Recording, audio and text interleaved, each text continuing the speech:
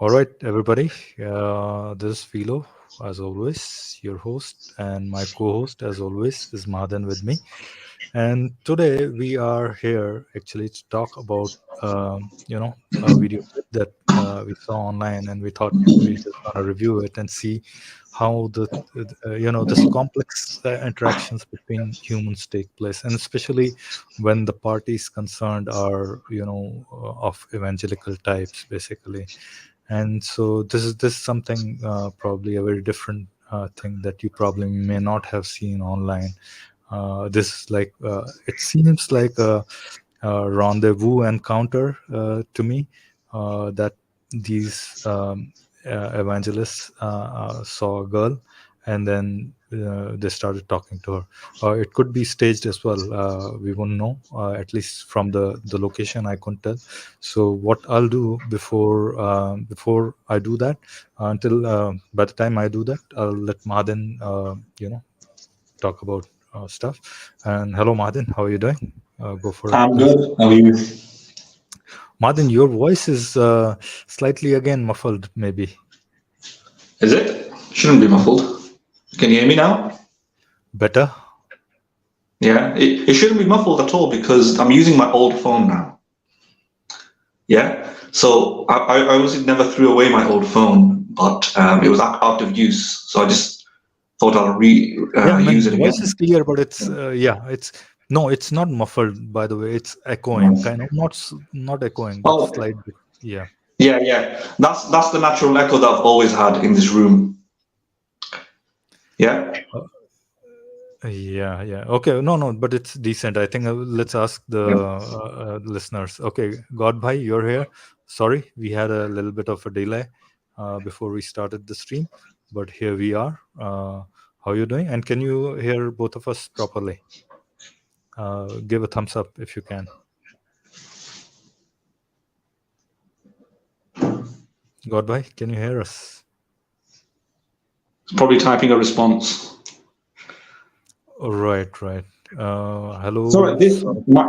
yeah, my mic should be fine this time. The echo that you're hearing is the usual echo that we get Right. every time I used to do a stream with you anyway. If you remember, there was an echo. It should be the same. Maybe because I had an issue with my mic, we're focusing too much on my audio now. You know, I always had that limitations anyway. I never had perfect audio. So you got rid of your old phone, or you still have it No, with you? I brought it back to life. I still using my No, I new mean, sorry, phone. the new phone. New phone. My bad. New My phone. my new phone. Basically, I'm gonna trade that phone now. As in take it back to the shop because it's got a bit of an issue, I think, in terms of the mic, the inbuilt mic. Okay. Yeah, Yeah, have it fixed probably. That's because yeah, otherwise that should be like really high quality. Basically, you said it was Samsung, right? yeah. I'm getting an updated model now. Let's hopefully that works. If it doesn't work, doesn't matter. I'm gonna get a headset anyway. You All know, right. and that should solve it, in my opinion, and that should be great. But this is my old phone now. My previous one before that, the one that it wasn't the greatest audio, but it should be back to normal at least. But whatever normal is for me, you know. Right. Mm. Good. Yeah, I mean, I'm pretty sure that's gonna sound much better. It's sounding pretty good, I think. Yeah. Saurabh, Hi, Philo. Saurabh Hi, Raj Mahadev. says, Hey, uh, "Hello, Kali. How are you?" I'm good. All right, so I just gave a slight bit introduction if you couldn't hear it. So I found this clip about how see it's a, should I call vulture culture maybe? Okay, that's probably a little bit too demeaning. But you see evangelists going through the streets and trying to convert anybody they come across. So they had this encounter with this young girl, and I thought it was really interesting, and I sent it to Mahadin, and we on a spur of the moment we decided that okay, let's just do a review about this. And so here we are, basically. So it's about this girl. She happens to be an ex-Muslim, and then see the you'll see what happens in the video basically once I go through it. But let me just see. Uh, Hello, Saurabh Raj bhai. Um, Samar Kumar bhai, hello everyone, hello, yes. Saurabh Raj, yes, I'm able to hear you. Yes, good, thanks. All of us are clear, loud and clear. Then let's go ahead and just run this. Yeah. So give us some. I know you said it's about evangelical Christians and ex-Muslim. Right. But So give us some they, context. Where is this coming from? Then is it just who's uploaded it? You know, it's it's like uh, it's it's a channel called London Apologetics London, basically. So they are basically seems like they're apologetics channel, and so they are probably going out on the streets on the streets of London and trying to, evangelize. That's what my guess is, right? right. So it's a Christian channel, yeah. It's a Christian channel, right? And you see those. Can you see one of those ladies? And Yeah, let me ask the one on the before. left, I assume, is the Christian. Yes. Yes. And before Yeah. before we go through, I'm gonna ask the audience. Uh, Everybody here understands English, right? Our English conversation is gonna be fine with everybody, right? अगर आप लोगों को अंग्रेजी नहीं समझ में आती है तो आप मुझे बताएं कि आप अंग्रेजी वाला समझ पाएंगे या नहीं, क्योंकि ये जो पूरी कॉन्वर्सेशन है, ये जो पूरा वीडियो है, ये अंग्रेजी में है, तो इसको रिव्यू करना जो है अंग्रेजी में ही बेहतर होगा। तो आप लोग जो भी सुन रहे हैं अभी, प्लीज़ एक मैसेजेस डाल दें। अगर किसी को लगता है कि ये उनको अंग्रेजी में थोड़ी प्रॉब्लम है, तो मैं कोशिश करूँगा बीच बीच में थोड़ा उसको हिंदी में भी समझाने की। बाय द वे, ये जो स्ट्रीम है, ये एक रिव्यू कर रहे हैं हम लोग, एक वीडियो है, ये लंदन का है, और लंदन में जो क्रिश्चियन एक वो है, जो क्रिश्चियनिटी फैलाने वाला ग्रुप है, उनका है ये। ठीक है, तो वो जो है, वो रास्ते पे जो है, जो भी मुसाफिर जो उनको मिल जाते हैं, उनको पकड़ के उनसे इंटरव्यू लेते हैं और उनको अपना प्रीच करना शुरू कर देते हैं, अपनी क्रिश्चियनिटी बेसिकली। तो ये उसके बारे में, ये लड़की सामने से शायद किसी सीढ़ियों से उतर रही होगी या जो भी है, तो उनके सामने आ गई और उन्होंने उससे सवाल पूछना शुरू कर दिया।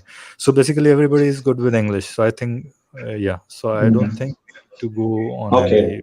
Everybody can Also, also because we may have some new audience members, they may want to know like who we are, right? So right. I just want to get it off the boat, get it off my chest now. Well, not really off my chest. It's kind of well known that I am from a Bengali background, Bangladeshi background to be specific. I work in lawyer, and I'm an ex-Muslim. So I used to be a Muslim, etc. So you can see even my name is Mahdeen. So yeah, I'm into a lot of philosophy and critical thinking, science, and so on. And I've worked in academia as well a little bit. I wasn't an academic per se, but I worked with academics. So I just thought, let's make some videos and share some knowledge and talk about Islam. That's my background, yeah. If you, right. Yeah. Kali bhai. So yeah, just a little intro from my side as well. I go by the name Kali Pulao, for short. Usually, people refer to me as Kali. I am an ex-Muslim as well, and I come from a Pakistani background. I just recently became a part of this group. I just joined Philo and Mahaden, and hopefully, I'm here to stay. All right, great. So I think, as you all can see, we cover the greater subcontinent. Basically, I'm from India originally. Mahaden is originally from Bangladesh, and Kayali is from Pakistan. So we are the greater India. The India ever have been divided, basically. So we are the three uniting forces, basically, if I can say so. Right? Absolutely. Yep. So what we're gonna do is, I'm gonna just take a few. I see Cosmic Inquirer Bhai as well. So Cosmic Bhai, welcome. Haven't seen you in a long time, but we'll talk to you definitely. Few comments. Let me read, and then we'll start. Right? Quite a few comments here. Yes, I can understand you need to speak in Hindi because I want you to grow your channel. Thank you very much, Saurabh Raj Bhai. Cosmic Inquirer, Cosmic Bhai, ज़्यादा videos English में ही करें. Take महादेन का भी input आता रहे, right? Madin, Cosmic wants our streams to be in English so that maximum of your input, goes through the streams. Oh, that's nice to hear. That's nice to hear. Right.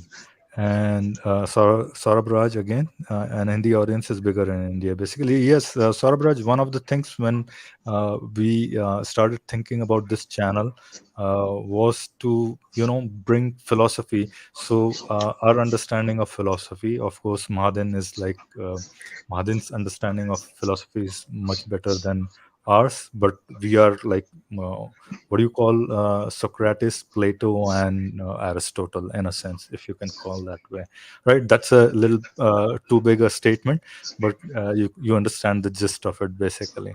So what we wanted to do was to bring these streams in Hindi, but that's a limitation as of now, because what we want is people from the subcontinent to understand how to tackle philosophical arguments, basically. And that's something that's missing for the subcontinent audience, and that was the motivation, basically, when Mahadin and I thought up, and then we got Khali in as well. So now we are a united India, basically, whatever you call. I mean, I don't give that much. What do you call? I don't think too much about the nations, basically. I think humanity is greater than nations, basically. So boundaries divide us, but people unite us, basically. That's what my take is. And Yeah. so when I say greater India and all those, it Well, sounds yeah. good. Madan, go ahead, please. No, I'll just help contributing to what you were saying. We're all kind of the same anyway, and we're all from India. I actually, my grandfather actually is from India. He was born there, Right. and he's not actually Bangladeshi. He's actually Bengali from Calcutta. That's his home. Okay. All This right. side, yeah. So it's not too far off. It's just like one generation was born in Bangladesh, and then the next generation was born in the UK, which is me. Right. So we're all kind of the same, really. And yeah, so United India sounds great to me. Yeah. Right. Cosmic inquire dedicated Hindi सिर्फ may be month में एक दफ़ा या इस तरह कुछ timeline पर कर लेना। कॉस्मिक भाई बिल्कुल सही है। ये मैंने ख्याली भाई से भी बात की थी इस बारे में। Whenever we get a chance, we probably should do 1 or 2 streams in Hindi or something like that. So we all spoke about this, Mahaden, myself, and Khayali, and probably that's a good idea. God, हाँ भाई हिंदी में भी एक video बनाओ। Yes, definitely, God भाई. Sarbraj, saw you on Sahil channel, saw your conversation with that dumb guy on the topic of Earth. It's flat. Sarbraj भाई, yes, definitely मैं उस पे एक वीडियो हम लोग बनाएंगे। उस पे पूरा उसका जो साइंटिफिक रीजंस है, किस तरह से आप टेस्ट कर सकते हो फ्लैट अर्थ नहीं है, और ये इवन ऑनलाइन भी आपको बहुत मिल जाएंगे, पर मैं कोशिश करूंगा कुछ इस तरह से टेस्ट बनाऊं जो शायद कहीं ऑनलाइन आपको नहीं मिले। खुद सोच समझ कर आपको ऐसे बहुत टेस्ट मिल जाएंगे जिससे आप खुद ही प्रूव कर सकते हो कि अर्थ फ्लैट नहीं है, basically earth is not flat. So yeah, but अभी भी ऐसे लोग हैं, सरप्राइजिंग है, बट इट्स नॉट। पब्लिक को जो इन्फॉर्मेशन जितनी मिलती है वो जितना सोच सकते हैं उसी के हिसाब से वो अपना वर्ल्ड व्यू बनाते हैं, basically, right. And yes, Akhand Bharat, right? Okay, all right. Let's go to the video now then. Okay. Sure. Anybody wants to add anything? No. I mean, yeah. But just one thing though. I think if people want to come on, I think we should. They're more than welcome to enter the stream. I think previously. What I'm gonna do is I think previously we waited for guests to come on. Maybe I think if guests want to come on right away, they should. I think for this stream the video should be secondary to that. If people want to come on and talk to us, ask us any questions, I think that's more interesting at this point, right? Right. If anybody wants to come along and talk to ex-Muslims, debate, discuss, challenge. I just want to know about things as far as we can disclose. We'll talk about stuff and it'll be great. And I think that conversation might be more interesting than the video, and the video can just act as a backdrop until that happens. Yeah, Right, right. I totally agree. Anybody who wants to join us, ask a question, maybe pose a whatever question, or maybe put forth your what you believe, why you believe. Maybe we can probe a little bit. Maybe you can probe somebody else's beliefs or some questions that you think maybe philosophically are challenging, or somebody answered you something and you don't understand. Maybe just put it over here, and then we'll try our best to go through it, dismantle it, and see where we arrive at. Whatever the conclusion is, we should all be open to accepting it. Basically, that's तो जो भी भाई लोग सुन रहे हैं, अगर उनको आपको ज्वाइन करना है, आना है, बात करना है, सवाल पूछना है, please come and join. All right, so I have put the channel, the joining yeah, StreamYard link over here. Anybody who wants to come, please do come and join. yeah. We should make our guest the priority this time, especially Yeah, because definitely. we want to talk to you guys because we've been here for a while now, and I think that we've got quite a few people interested. So come along, let's have a debate, let's have a discussion. What do you think about ex-Muslims? What do you think Right, about Islam? Is it right. true? Is atheism false? Is atheism true? What is it? What is the what is the answer here? So etc. Right, Yeah. right. Madan, Khali, bhai. Said bhai is here. Said bhai, hello, how are you doing? Hope all is well. And Saurabh Raj, I'm a postgraduate in artificial intelligence. Wow, great. That's awesome. You can join We in need if you have them. any We need these questions or people. any inputs for us. I'm pretty sure, we'll have a good conversation. I think one of the fundamental,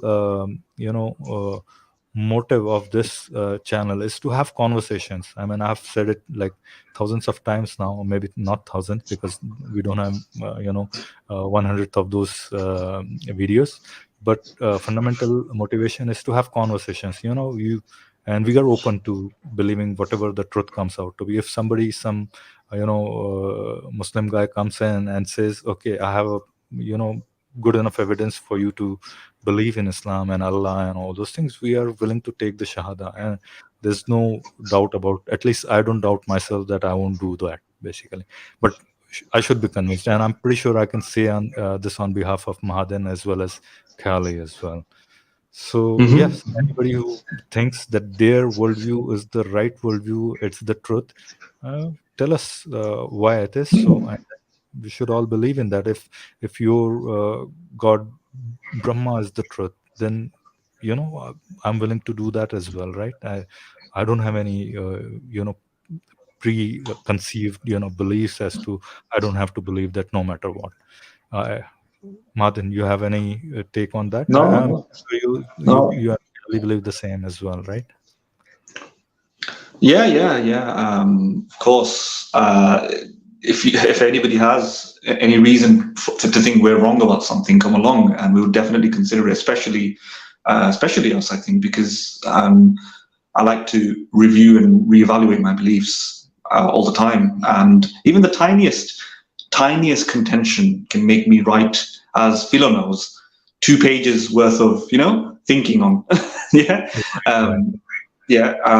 So I'm definitely willing to consider anything and put it through the lens of scrutiny. But that's the thing. I'm going to put it through the lens of scrutiny. If it survives scrutiny, then of course I'm going to be compelled to accept something. The rational mind can't prevent a very strong argument. We just believe things sometimes.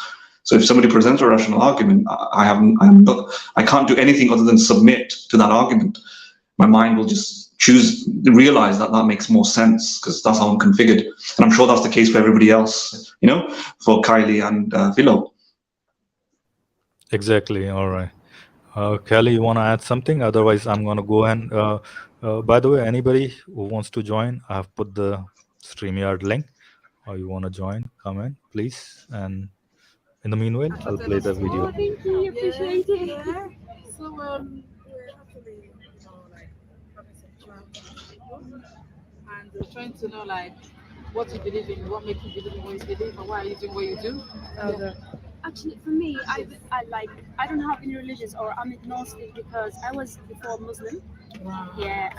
So just to pause it over here, the voice breaks in between it for a little bit, so can't understand properly. But this is on the left side, the African British lady is an evangelist. Basically, comes from this Apologetics London channel, and she's asking this Yeah. girl whether what her beliefs are, and she's saying, "I am an agnostic as of now, but." I've been Muslim like for a long time.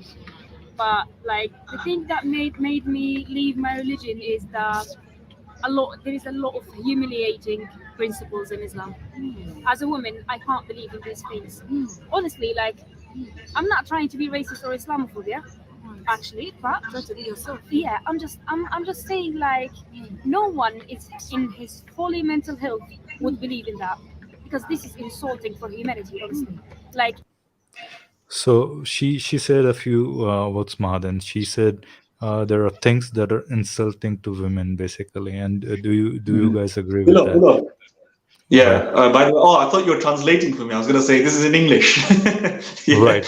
No. I was just saying that. Do you agree to that Oh. fact that she's saying that there are things that are insulting to women, and that then you can dig out these things, and then Yeah. the issue is that you know there is a group of new apologists, basically, right, who are saying no. You want, if you want to really have your family tight packed, basically no divorces, less divorce rates and all those, then you have to have men having an authority over women, wherein this girl, she's clearly uncomfortable with that concept. I mean, I haven't heard in detail about her, but she's saying there are something really insulting, and she's gonna go and talk about all these things. So the question is, these new age Muslim apologists, when they say you need kind of a patriarchal society or male dominance over women to bind your family together, how true is that? Basically, that suggests to me that they're saying no, our first priority is not the freedom of women.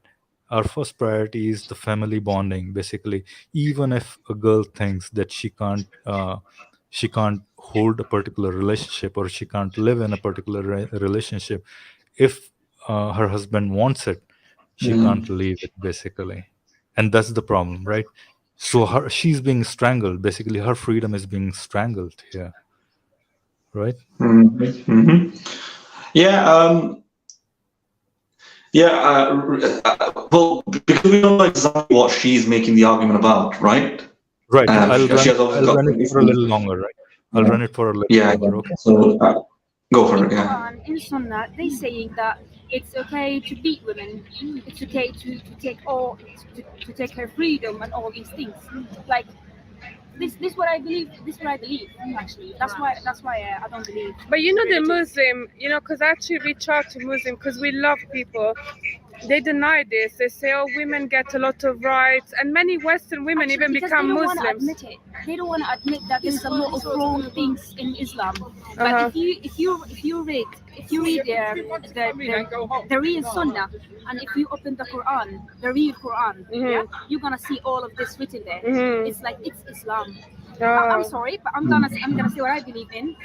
The people who apply Islam, like the real Islam, it's ISIS. These people, these crazy people, are applying it like to the because Muhammad, he had sex slaves. He promoted. like 11 ones. Yeah, and also it says in the Quran that I think it's a Quran that. All right. So that. There you have it, right? So one thing that the question that she's posing, the evangelist is posing, is that these Muslim apologists say, no, there are all these rights to women in Islam and all those things, and how prior to Islam there were no rights to women and all those things. So how much truth this argument holds, basically? I want to know from both of you. Right. Well, before I just quickly answer that question, I just want to say though, just for clarification purposes, because I want to push back on her as well at the same time, just for critical clarity, I'm not generally fond of, like arguments regarding what's it called, the dislike or the lack of compatibility of Islam with certain modern sensibilities. There's a reason for that as well. I think it's a bit sloppy. So personally, I'm not really a fan of those. It's a morality you're talking about, right? Yeah. In a sense, you can make it make sense. You can make it just not in the way she has. If she starts off with, and this might just me being nitpicky because it's implied what she's saying. It's implied, but a lot of people don't make that move that I like to make, and it's mainly because I do think a lot, and this might unnerve some people or offend some people, but I do think a lot of people who might believe in Islam or any religion, they just find it hard to fit with modern day sensibilities, etc. And I don't think that's a good enough reason. It has to delve a bit deeper. You might argue, for example, you expect God to have a different type of morality, right? And therefore, a merciful, compassionate God won't bestow humans with these sort of moral principles, laws, something like that, and therefore God does not exist, or the God of the Quran does not exist. That might be one argument. Or another one might be that that on the theory that it was made by man, you expect the type of morality that comes out of the 7th century, and the theory that it was made by God, you don't expect a morality that has so many faults. Yeah. Right, now I might be nitpicking there. It's implied that she thinks this, but they never expressly clearly say it. In that tone, to set the logical clarity of what they want to conclude. And what happens is, the problem with that is, what happens is that a lot of people have an emotional problem with the morality and they can't articulate it. In other words, it's kind of philosophically unsophisticated. You pull up the book, it says stoning. It says stoning, and you're like, I don't like this. I don't want to, I'd rather not do this. And it's very... It's an emotional argument in a sense. Yeah. Through and through, it's an emotional argument, right? Yes. Sorry, go ahead. I didn't want to. Yeah, if it's not strengthened with the logical sort of structure that I talked about, But I think it's implied in the background, because whenever I talk to people who have these arguments, they say that's what I mean anyway, but they don't articulate it, and it's hard to tell because there is a popular criticism that atheists, agnostics, or people who become secular who leave Islam, they just want to live the modern life. They just want to drink, they just want to chill, they just want to have freedom. They just want to commit all these zina and all those things, basically. Yeah. So I want. That's why I don't. When you just argue it like that I just couldn't fit my life with Islam. It just sounds like that. This is why I want to strengthen their side and so look, that's not good enough, because it could be the case that God is evil, right? Right. And exactly. It could be that this is just like an imperfect creature who commanded it. So you need more. You need to make the argument why God doesn't exist. You need to make the argument that maybe even an evil God doesn't exist. Yeah. You need to make the argument why, or the problem of evil, for example. Islam is the Islamic narrative is like a subset of the problem of evil, that a compassionate God won't bestow human beings with these sort of rules. You could argue very well that God himself or herself was drunk when he sent all these commandments, and then he forgot probably. Yeah. I mean, it's a logically sound argument. I mean, you can't refute it, and that's what I'm saying. There are millions of other arguments like these that you can pose pretty much, and then you can say, okay, it probably doesn't make sense to you, but it's still possible because you have no other means of refuting it, pretty much, in a sense. Yeah. So I think those are stronger approaches. Because I've talked a lot already, I'll let Kylie handle the specific issue that she's been talking about. So Kylie, do you want to? What I'd say is, I think you've said almost everything that I also, had in mind.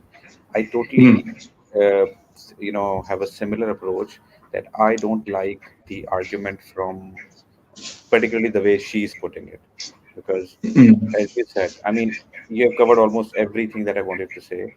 I don't like this because it is sort of an argument. It's at least prima facie on the face of it. It seems that it is an argument. It's an emotional argument. It's Yeah. something that we don't like. It doesn't align with us, and therefore Islam is wrong. No, Yeah. this is not logically coherent. This is not why this is not why you should be a religion. You should be able to make a logical case why this, therefore Islam is wrong. Now, Yeah. you explained it quite well. We should have a consistent logical basis to Right. to conclude that whether a religion is right or wrong. So up till now, what she has said, it is a very emotional way to put the argument. So I mean, I as don't Madan, like this at all. sorry, sorry. Go No, please ahead, continue. Kali. I No, no, didn't please intend continue. to interrupt you. No, please continue because Mahaden has said almost everything, so I don't want to, Okay. repeat the entire rant. So yeah. Yeah. Shall we then proceed forward with the? Yeah, I think the Yes. next. Before we move on, I'll ask anybody who's listening to us if they want to come talk to us. Whatever the thoughts we have given behind this video so far, if anybody wants to challenge us on those, please do join us. I have the StreamYard link on the screen right now. And it's also posted on the comment section. So if you want to join and challenge us, please do. Please come on the stream, and then we'll have a nice conversation. And until anybody comes in, I'll proceed forward with that. You can possess sex slaves in your right hand, so you can have unlimited sex slaves. And some Muslim scholars, they don't even deny this. Yeah, Some, because they don't want to admit the Yeah. bad things in the religion. That's what I think. They don't want to admit that their religion is completely crazy. Honestly, I was Muslim since like 18 years of my life. Since I born, I am Muslim, and I lived Islam once I got like an adult. I lived that because And this is why God is interested in letting us know that Jesus Christ came to give us freedom. Because the enemy came to deceive us. Why Jesus came to give us freedom, and they want to do everything. See, this is a point that I really like. Basically, why you could see the expressions on her face right now at this point, right? As soon as she heard that Jesus Christ came to save us and all those whatever, right? Her expression changed automatically, right? She said, oh, okay, I don't need another one. I already left one behind. Yeah, And That's the thing. If you stop believing in God because you don't like Islam, but you don't explore other things, that's what happens. This is why I was saying it has. I said it in a previous stream. You do have to do a deep philosophical study because you can have a deistic case for God, like a God who doesn't interact with the world. So then you need to debunk them, right?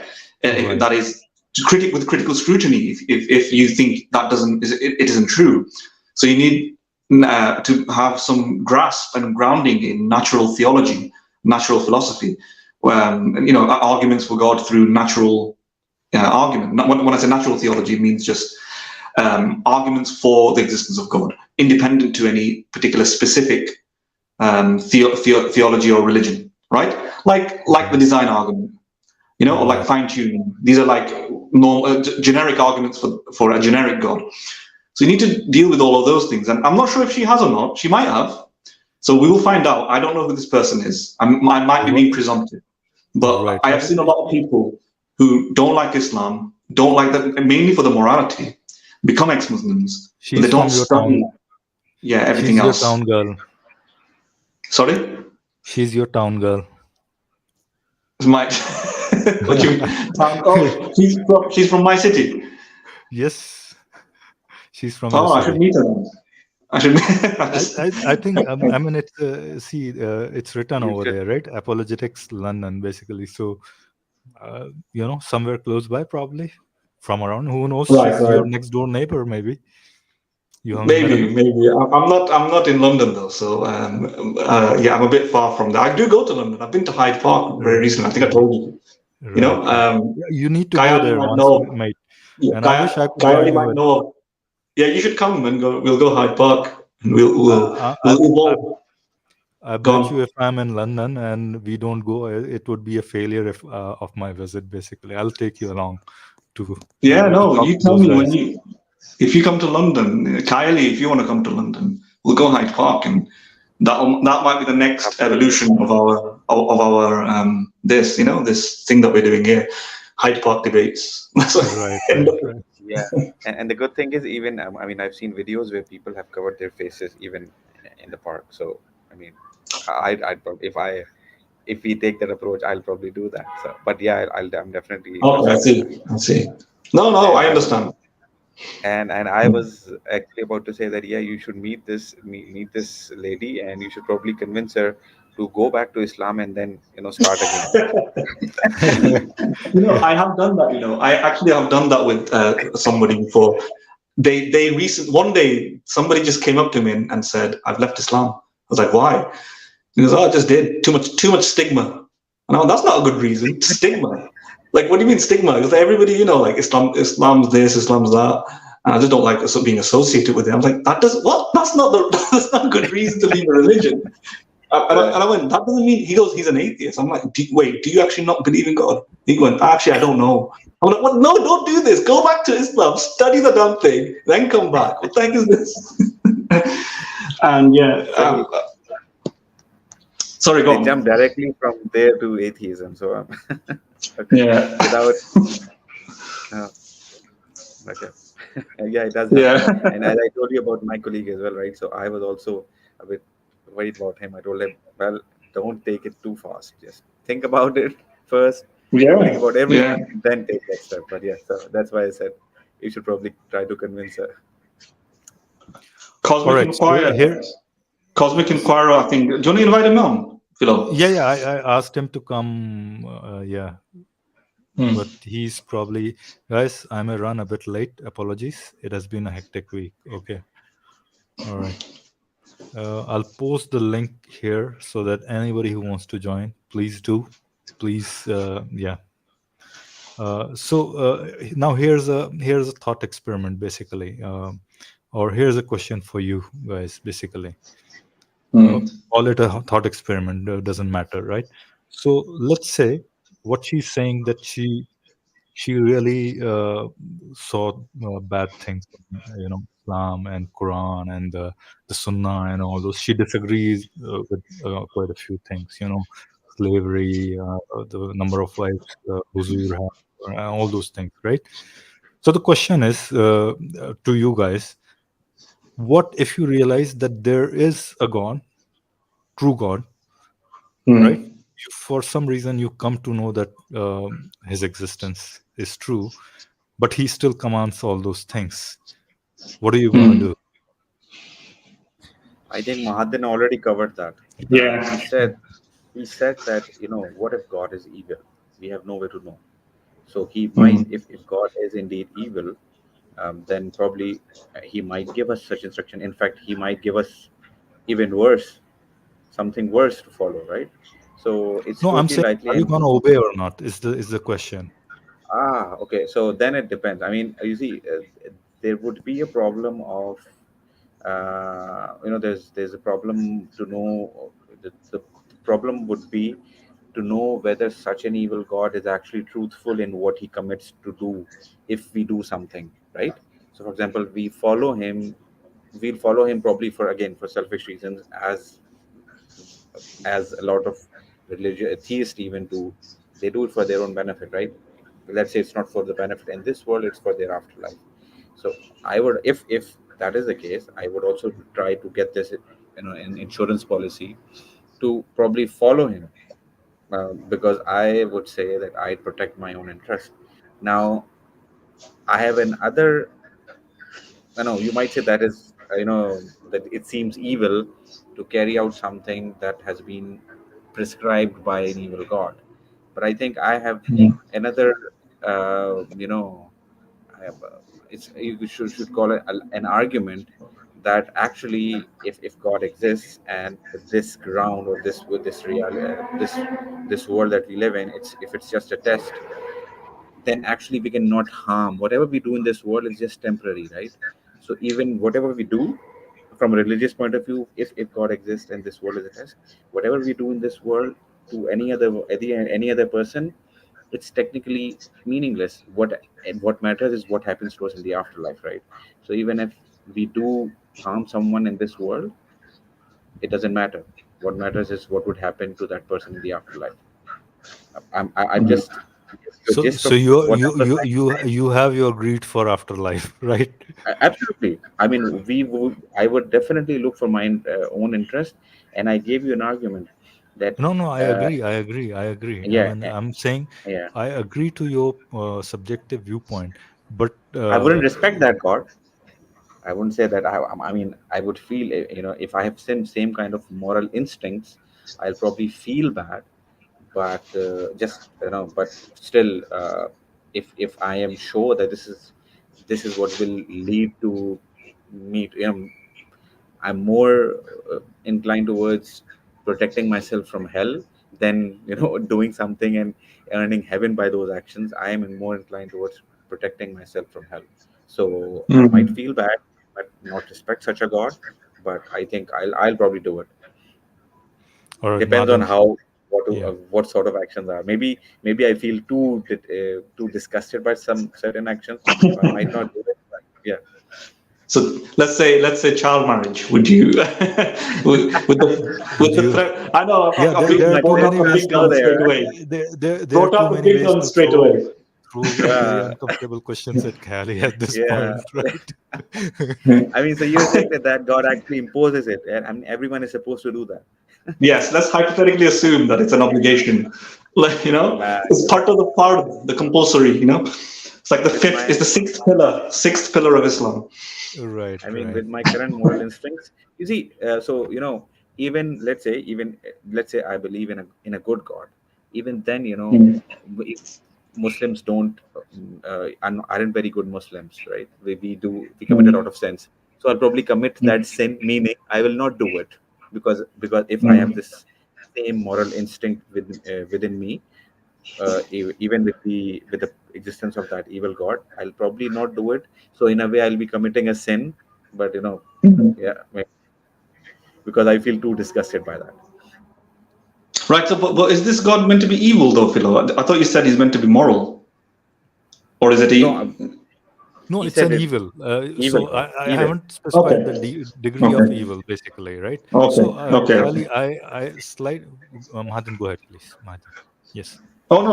Do you want me to go, or do you want to talk to ask No, no, Kylie no. I still? wanted to say Kali is I done, right? Kali is yeah, done. Yeah, I have go given ahead, my Mahajan. testimony. I guess I We put Kylie at a top spot there. I don't know what you did to get around it. He thought this is my first stream and I have to answer this. yeah, but I think I did well. I escaped it Yeah, you well. did right. Anyway, so the question was, what would I do if there's an evil God who's commanding me things? Yeah, Right, right. that's actually really, really difficult. I'm not sure. So I actually don't know how I would react. That's not a reality that I've even thought about. Um, I think based on my personality, right? So since I was young, I've never been fearful of hell. I don't know why.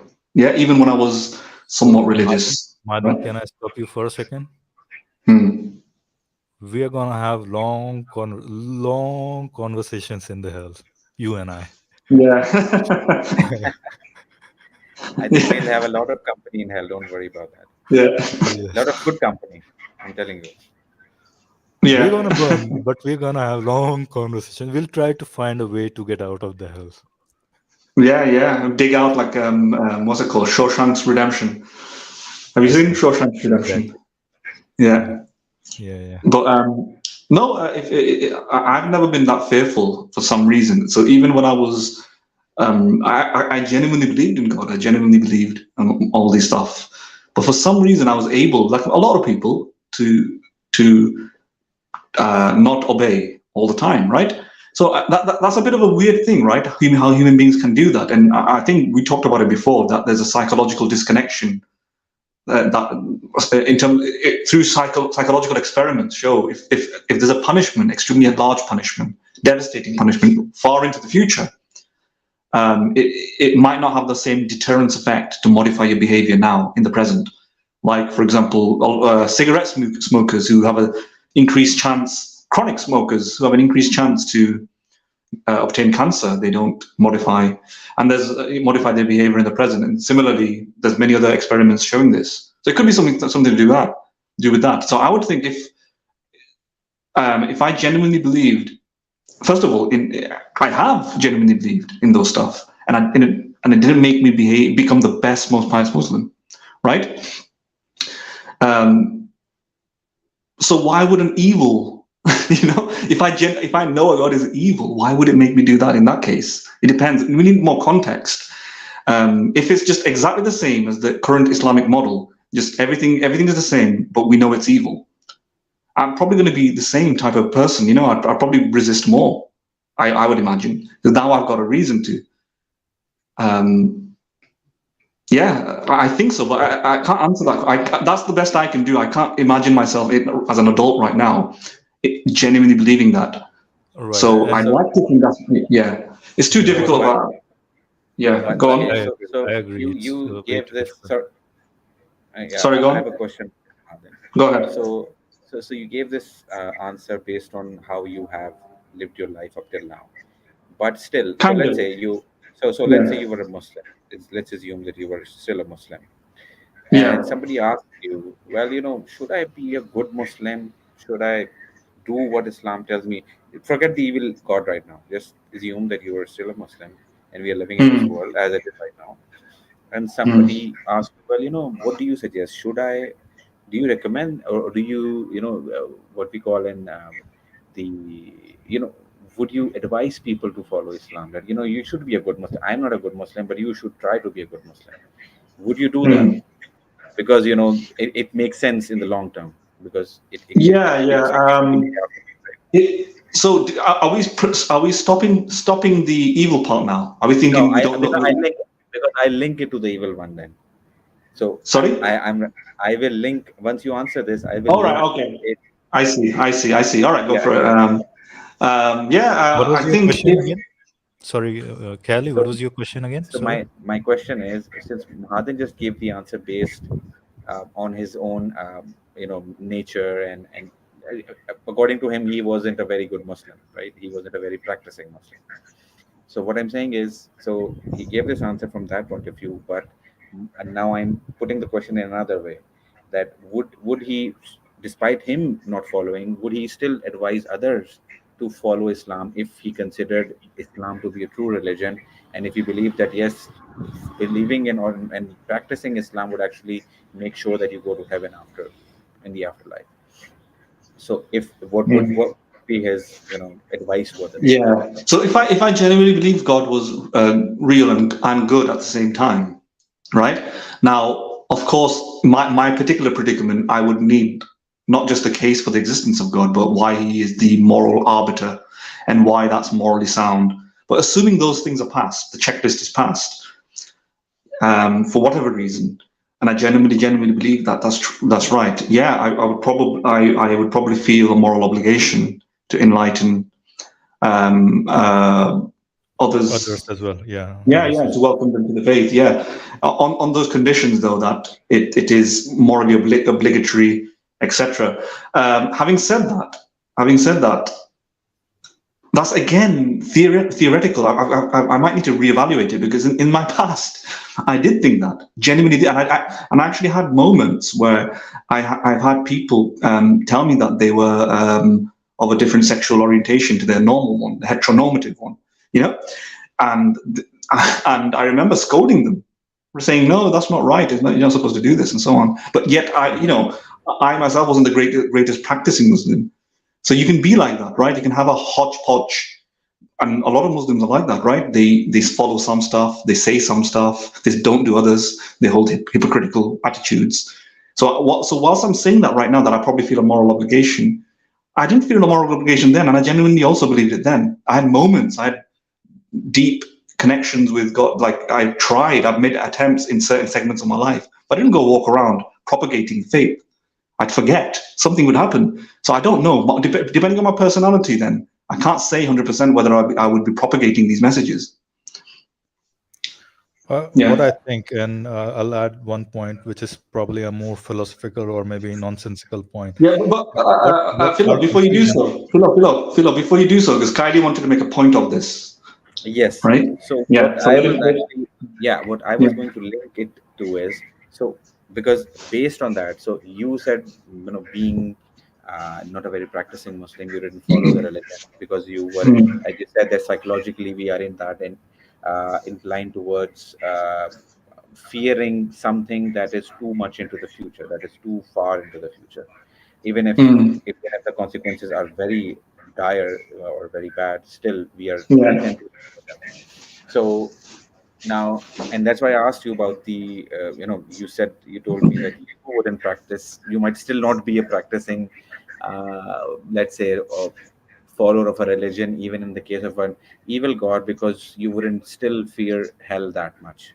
So I think that is fine, but in that case now, if the god was evil and he had all these evil moral rules or evil rules that we had to follow, now Mm, based on your understanding that such an evil god has linked your obedience with heaven in afterlife, right? So once you obey him, do all mm, these things that he has prescribed, mm, you be able to get in heaven in the afterlife.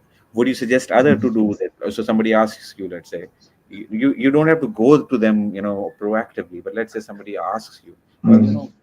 should I do this, because it seems bad in this world, but it's actually going to pay off in the afterlife, which is the eternal life. Hmm. What I would say, yeah, so in this hypothetical sort of lens, maybe I can imagine myself saying something like this. It might be in your interest, your prudential interest, to follow this being, evil being, because otherwise you're going to be, stricken with long-term, unending, never-ending hellfire, Right. or whatever. So it might be in your prudential interest. However, you know what would be more moral, and I would to enact some sort of rebellion against it. Imagine if you Right. stand up for what's right, and you go down like a soldier, like just like in a war where you might sacrifice yourself. That would be really moral. I think I can imagine myself saying this genuinely because I can't conscientiously like propagate a message just like that. Like it's just in your self-interest. I don't think I can conscientiously make that argument. So I might say, look, I will understand if you are so fearful and you perform this action that is otherwise atrocious to you. But try your best. Think about it. You don't have to do this. There are ethical. Some people die at war. Doing what's right. Some people die for their family. Some people, they will fight for their nation and for right reasons. I'm not talking about nationalistic allegiances. I'm talking about a good war. Let's imagine a good war. And somebody's dying for their entire country or something like that. And many other examples like that. A not self-righteous, but a righteous death. I would consider that. I would wager to them. Try and live up to that sort of ethic, because that would be good. But I wouldn't hold it against them if they don't. You know? Yeah. Right. Right. Okay. So Philo, you were saying All something. right, I all gave, I right. gave the I gave the politician's answer. No, I think Yeah, yeah, the point I wanted to highlight for a long time is that there is this confusion between these complex questions is a testament to that fact that you can't have a complete wrinkle-free, very, what do you call, consistent thought process. It's impossible, and especially when you are posed with such difficult questions, basically. And I agree in part Yeah. to both of you somewhat, basically. I mean, what if that uh, one of the problems in knowing such a god, whether that god is lying or not, a point that Kelly made earlier. But how would you know that that god is not gonna lie to you, right? yeah. When That's he's impossible. saying he's an evil, It's impossible to know. you have that problem unless until you know that guy, a god, does not lie. You just can't know what he's going to do with you in heaven or hell. Basically, he might say that he's going to provide you heaven, but it might be worse than hell or whatever. From his Yeah. perspective, that heaven is hell. Basically, from our perspective, what we were trying to say, okay, no, I have my own ethics, my own principles. I'm going to follow those, Mhm. and maybe in following those, what he sends me to, what he calls hell, is probably the kind of world that I would rather want to live in. Basically, who knows? Yeah, I This mean, this let's kind say, of, yeah. Sorry, go ahead. let's say he has a very wicked sense of humor, and he labels heaven as hell and hell as heaven, and say, well, you see, I told you you're going to hell and you're going to heaven. You see, I've labeled it hell and I've labeled it heaven, and I am the God. I can label anything. You cannot ask me, and I can ask you. Nobody can question me. So yeah, now go to your heaven. See, the point is, any kind of knowledge about that being is only gonna come from him, unless until I have any other means of knowing about him, right? And supposedly, if there's no other means of me knowing about him, I'm stuck in this problem forever. Yeah, so I think in order to cross that bridge, we need to modify the example a little bit. So we're all only assuming that God is evil or good, or something like that, and he exists. So either a good or neutral or evil God exists, and he's communicated with mankind. But then we're keeping everything else a constant, right, to our reality currently today, which is that he communicates through scripture with limited contact, plays hide and seek, Everything is the same, basically. Everything is the same. Yeah, everything else. We need to modify it a little bit more. Maybe this God doesn't play hide and seek. Maybe he interacts with humans more. Maybe he shows up and goes to shopping with us, chills with us, hangs around, gives us advice. Maybe he's the local. He's the local guy down the street or something. And now it's different, right? Now what would you do? Like, now you have access, so you would probably assess his reputation or his skills, observe what he can do, and if he's like continuously correct about things, yeah, I think that would be a good way, because we have to be consistent here. The reason I, for example, follow my doctor or doctors, medicine, is because it has a consistent track record of generally being a good way of curing certain illnesses. It's not perfect, but I generally follow it. I'd ask one more question over here. Yeah, in the same sense, if God was transparent, contactable, you could converse with him or have a continuous personal experience that everybody could verify and testify to. Prayers were consistently answered, even if it's not perfect. That would be. It doesn't have to be like a perfect track record, unblemished track record. I mean, we don't have any perfect unblemished track record. Doctors sometimes make mistakes, but go on. Sorry. There are a few more conditions that I would add here. I mean, to cross that bridge, I'll need some more information. For example, would I still have some of the memories from this life to the next life or not? Because absolutely. Commit a heinous crime, let's say kill 1 million people. If I'm remained with that memory and enjoying, given the fruits of heaven, I don't think my conscience would allow me to live that life as happily as But if say that memory is erased, then what would happen? That's a very tough question. I mean, for me to take that leap to commit a genocide for a heaven, to me that doesn't really particularly appeal me, to be honest. I mean, even though if that God says your memories will be erased, and probably even says that there is some greater good that comes out of this genocide. Maybe if that is the guarantee, then maybe there is a sense of confidence. Otherwise, then there is no sense of confidence within. Yeah, taking that into account, let me also answer Kylie's question based on some sort of change to that. And I think we all might do that. If you put a gun to anybody's head, they might do something atrocious, right? I don't know. I've never been in that particular situation where I've been threatened to that extent. I have been in other sorts of situations where there were problems, and I could have easily done the wrong thing, and I didn't. So I don't know. But if somebody puts a gun to my head, would I commit heinous crimes that I consider to be evil? I've come close to situations. I won't go into them, but I've come close to situations like that, and I didn't. So maybe I would, but maybe I won't. So this is a bit better example, because if God is evil, but all the other conditions are the same, like hellfire will occur after I die, then you could say, it's too far away. Psychologically, I'm not going to be bothered about it, or something like that, maybe. But if I just knew God is here and he's going to kill me now. You know, like this position of where Abraham was in, and he said, commit, kill your child. Would I do that? I'd like to say no. I probably wouldn't. If it's my own child, let's put it in that situation. If it's my own child, I probably wouldn't. I've been in situations, I don't have any children, but I've been in situations where I have to protect my siblings, let's say. And yeah, you feel this fight or flight instincts to protect, right? It's not necessarily rational. And sometimes you feel like you will die for them. And maybe, so I would like to say that I wouldn't do something like that, Kaidi. Yeah, I mean that's what my instinct is as well. I mean, but yeah, I mean it's a very hard question to answer basically, unless until there's a little bit more information. It's gonna be terribly hard. And you see, most people I think are like that. If you see, even most followers of whatever religion, they are sinners according to their religion, right? I mean, there are, I think, a vast majority of people actually are not good followers of their own religion, right? Why?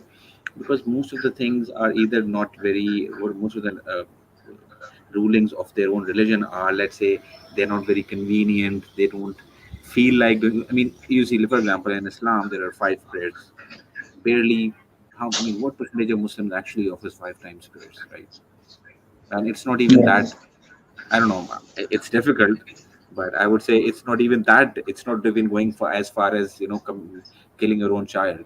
So if people are able to commit sins, quote unquote, in that respect, something, if it's not convenient for them, then I think going so far as killing your own child for the sake of God, I think people would probably not do it. Even Yeah, there is a difference though. I mean, Khali, I mean, the example about, see, there is a little bit of fluidity in the commandments of Islam, right? You may not perform prayers and all those things. That's perfectly fine. But when you're thinking about, I mean, when you're thinking about these differences between heaven and hell, everybody is ready to, at least for them, all they need to do is just believe in the 5 tenets, right? Pretty much. And even if they ultimately go to hell, they won't be there for forever, right? And if they know this, that's why they are probably gonna miss their prayers and all those things. So for them, it's not that big a deal, right? Because you're not talking about an eternity over here. You see the distinction. For but somebody who just does not believe, he's gonna go and be thrown in the hell forever, right? So that's the distinction there, right? But I don't think I mean, you're right. That is how one might be able to rationalize it.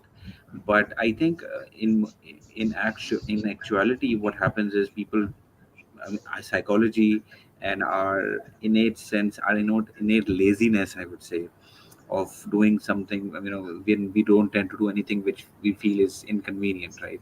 So that actually is the reason behind most Muslims not following their own religion or their own religious practices. I think that is Yeah, the reason. I mean, But of you're course, I mean, right. let's say, I mean, this is just a thought experiment. But let's say God has said that it's not likely that I'm going to forgive your sins. But I mean, in that case, what would happen is, even still, a Muslim would still be commit at least one sin, right? Let's say, I'll give you an example. There are major sins in Islam, right? In fact, there are such major sins which I think they're called. I mean, there are some sins which even might eat up all your good deeds, right? So, which might result in you going to eternal hell. Now, I understand that this is not a belief of all Muslims, but still, but yet Muslims actually do commit those sins. So, I mean, I don't know. Do you You not remember any rationalize the process. which ones? I Sorry. do I don't remember. I'm asking you. I mean, Do you remember yeah. which ones basically? Because So, I mean, yes, sir, sorry. Yes, please. Yeah. I'm asking, do you remember? You said there are certain sins that will Yeah, send you in hell forever. So, yeah, do you remember off yes. the I'll top give of you your one. head? I'll Yeah. give you one. This is not the mainstream belief. I'll tell you. I mean, I'm telling you, by mainstream I mean I'm not sure the exact percentage of people who believe it, but for example, actually, the Quran says that if a person who kills a moment, meaning a Muslim, Quran says that they'll be in hell forever. Now, more major, as far as I have read, a lot of Muslim scholars take this to mean as despite the fact that Quran says forever, they say no. I mean, if it's a Muslim who has killed the other Muslim, well, he'll actually some after some paying for his sins, he's actually going to heaven. But there are Muslim, for example, Engineer Muhammad Ali Mirza, and even a few more scholars I've heard, they say that committing this major sin, the sin of murdering another Muslim, is such a large sin that even if the person is technically a Muslim because he believes in Islam and Quran and all that, yet he would go to hell forever. So this is one of the sins that I'm telling you. But this is not a majority belief, or there's no consensus on this. But some But scholars. isn't there qisas for it basically, and that's You how see, it's absorbed I mean, basically, let's say isn't there's no. It's about you know you're talking about the legal framework now. Let's it? say a Right. person kills someone and he never goes to jail for that. And even if there is qisas, it doesn't matter Mhm. that God has forgiven you. It doesn't matter. I'll tell you what. I'm just saying it doesn't exactly mean if someone even if you pay qisas, it Mhm. doesn't mean that God might have forgiven you No, necessarily. but it the commandments to for qisas also comes from Quran, right? Yes, yes, they do. Right. So then you have a contradiction. You can't say one No, is no. definitively So there is an over. So there is a rule which overrides every other rule, right, in Quran, which is if you have for yeah if you have, nasik so for nasik example, wal mansukh. no, Right. not that one. So Okay. for example, so if you have asked for forgiveness while you're alive, any sin can be forgiven, right? Mm. So when this ruling applies for anyone who hasn't actually sought forgiveness for any particular sin. So let's say in this case, if a person has killed a Muslim and he has not sought forgiveness for his act, that is when he'll actually go to hell. Because this is an overarching rule in Islam that if you seek forgiveness for any sin, so for example, I'll give you, there's a verse in Quran which says Allah can forgive anything except shirk. So it doesn't mean that even if a person has committed shirk once in his life, that it means that this is not how Muslims understand it, and I think it's fine. It makes sense. It doesn't mean that even if a person has committed shirk once in their life, it would mean that they are going for eternal hell. What it means is if they haven't sought forgiveness for that and they haven't repented from it. So that this is the overarching rule. The forgiveness, the seeking forgiveness rule, is the overarching rule, which can this is the jail So free card. yeah, I mean, basically, what you can do is you can commit any crime, any Yeah, heinous crime, even so. There's nothing bigger than shirk, basically, right? You can right, do right. shirk, and as long as you repent for it, basically, you take the shahada back again, and then you are good to go to heaven back again, basically, and all your Technically, past, all your past sins will be forgiven, right? So that's the same is true for murder as well, right? I mean, it's not an obligation. then, huh? It's not an obligation on God that whenever you seek forgiveness, He accepts it, according to Islam. All So right, now it becomes a you'll little stay in that. complicated here. Yeah. Right, So there's always that danger. right. Okay, so now that it's a probability, it's a Yeah, coin it's a toss, probability game. heads It's a or probability heads or game. tails, basically. Yeah, Yeah, exactly. right. Madan, you want to add something on top of this, or Um, yeah, what I'm thinking about is now because we're talking about hypothetically what how people how we would react and so on, but I'm thinking about now psychological studies based on things that you've said. You know, this because Kylie's mentioned something like forgiveness, like a forgiveness doctrine, right? that it's like a get out of Right. jail free card. Yeah. But it doesn't work Um, always, as I said. Sorry. I mean, it has a probability of success, Yeah. but there is a chance that it might not work. So, Yeah, but there is- yeah. I think, Ali, I remember that there is a hadith, or there's a verse that all the sins will be forgiven once you take the shahada. So I it's a know. Yes, probability. yes, there It's is. not a There are. probability wise. It's not a probabilistic thing, as far as I remember. But you might As be right. I don't know. as At yeah, the you're right. that's just for the shahada though. Yeah, clean No. states. Clean slate. Sorry, So, Madan is. What did you say, Madin, Madan? say it again, please. Can you repeat?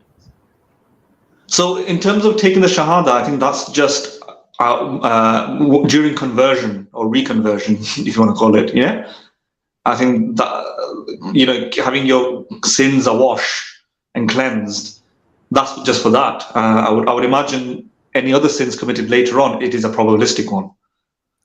Yeah, because Yeah. I remember there is a hadith that says a man killed 99 people or something. Did he kill Muslims Yes. or non-Muslims? I don't It remember isn't that. mentioned because it is probably a pre-Islamic story that Muhammad told. So I Right. think it was probably could be a Christian. No, but version. then the hadith says that he will go to Jannah, basically, right? Or So something like that. a true Christian can go to heaven, right? If he was following Christianity during his time. All right. Let's, that's a possibility. But Right. But you're right. I mean, I tell you, there are clearly so that is where there is a conflict between Hadith and Quran. Right. If you read the Quran, you'll find that there is no verse which says that there's anyone who will actually get out of hell. So this doctrine of Muslim jail free card, which is anyone who actually is a Muslim who actually just believes in Islam has this immunity from eternal hell. This belief is not mentioned anywhere in the Quran. Yes, but this is completely aligned with several hadith on this topic, and that is why I said that I think majority of the scholars agree that this particular sin that I mentioned of murdering another Muslim is also forgivable if this without seeking forgiveness. But there are many scholars who say that no, since Quran says that anyone who murders a Muslim will go to eternal hell or will be in hell forever, which means that if he does not repent, it means that Allah might not forgive his sins and he'll stay there forever. But you're right. I mean, as I said, in hadith there are a lot of hadiths which says just say the shahada and you're going to heaven. In fact, there are hadiths which say that you're not even going to hell for a moment if you've recited the shahada. So yeah, I mean, the wording is something like all your sins will be forgiven or something like that. Exactly. So that's So, all. It's a conflict, as you said, right? I yeah, understand. there's a clear conflict in this regard. There's a clear conflict between Quran and Hadith. Right. All right, let's move forward with the video. I think we took a sidetrack, but it was an interesting conversation, basically. Yeah. Let me just quickly say something though. Let me just quickly throw some things out there because because I was going to say it before, then got distracted again. But the get out of jail free card thing reminds me of we are speculating and engaging in conjecture that as to what humans or what we would do and so on. But let's look at some of the psychological literature on this. I think everybody's probably heard of, or possibly they've heard of something like the Milgram experiment. You've heard of the Milgram experiment, yeah? Yes. The Stanford prison experiment. And there are very many variations of these things, It does show that when people perceive another person, and there's limitations to this. What the Milgram experiment was is that if I can recall correctly, a few volunteers or people were put in a laboratory, something like that. Anyway, something around about like that, and told that they need to increase the voltage and electrocute another participant who was behind a screen or something. And this was all mimicked. It wasn't real. It wasn't really happening. But the people who were manipulating the voltage did not know this, that there was no one behind the screen. It was just a videotape. And they just wanted to know, they were told that, I think they were told that with the knowledge, it was a blind study in the sense that they weren't aware why they were doing this completely, but it was for experimental purposes. It was a study. They thought they were participating in a study. So upon command of the scientist, they would increase the voltage, right, to greater and greater voltages.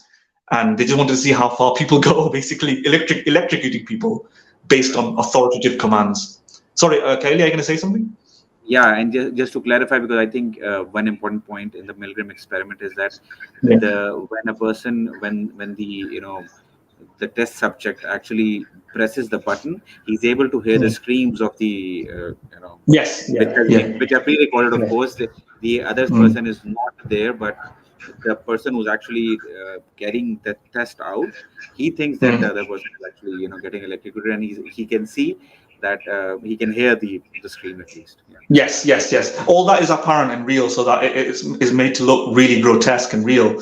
And yet the participants, a good number, I can't remember the exact conclusion, the statistics in terms of the data, statistical significance, but there was a significant number of people who went that far, and they went all the way to the top of increasing the number of voltages.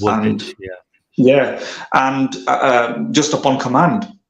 So that kind of might give you some indication that people are capable of some quite, torturous things, but there's a limitation, of course. Some criticism of Milgram's experiment as well. They left a lot of data out. There was other participants. That's one issue. Another issue is that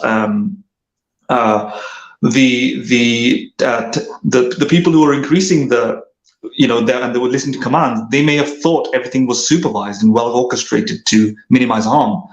You get it? In the sense that if somebody invites me and I see scientists and laboratories and I see voltage going up and people screaming, you'd think that this is a controlled thing, right? It's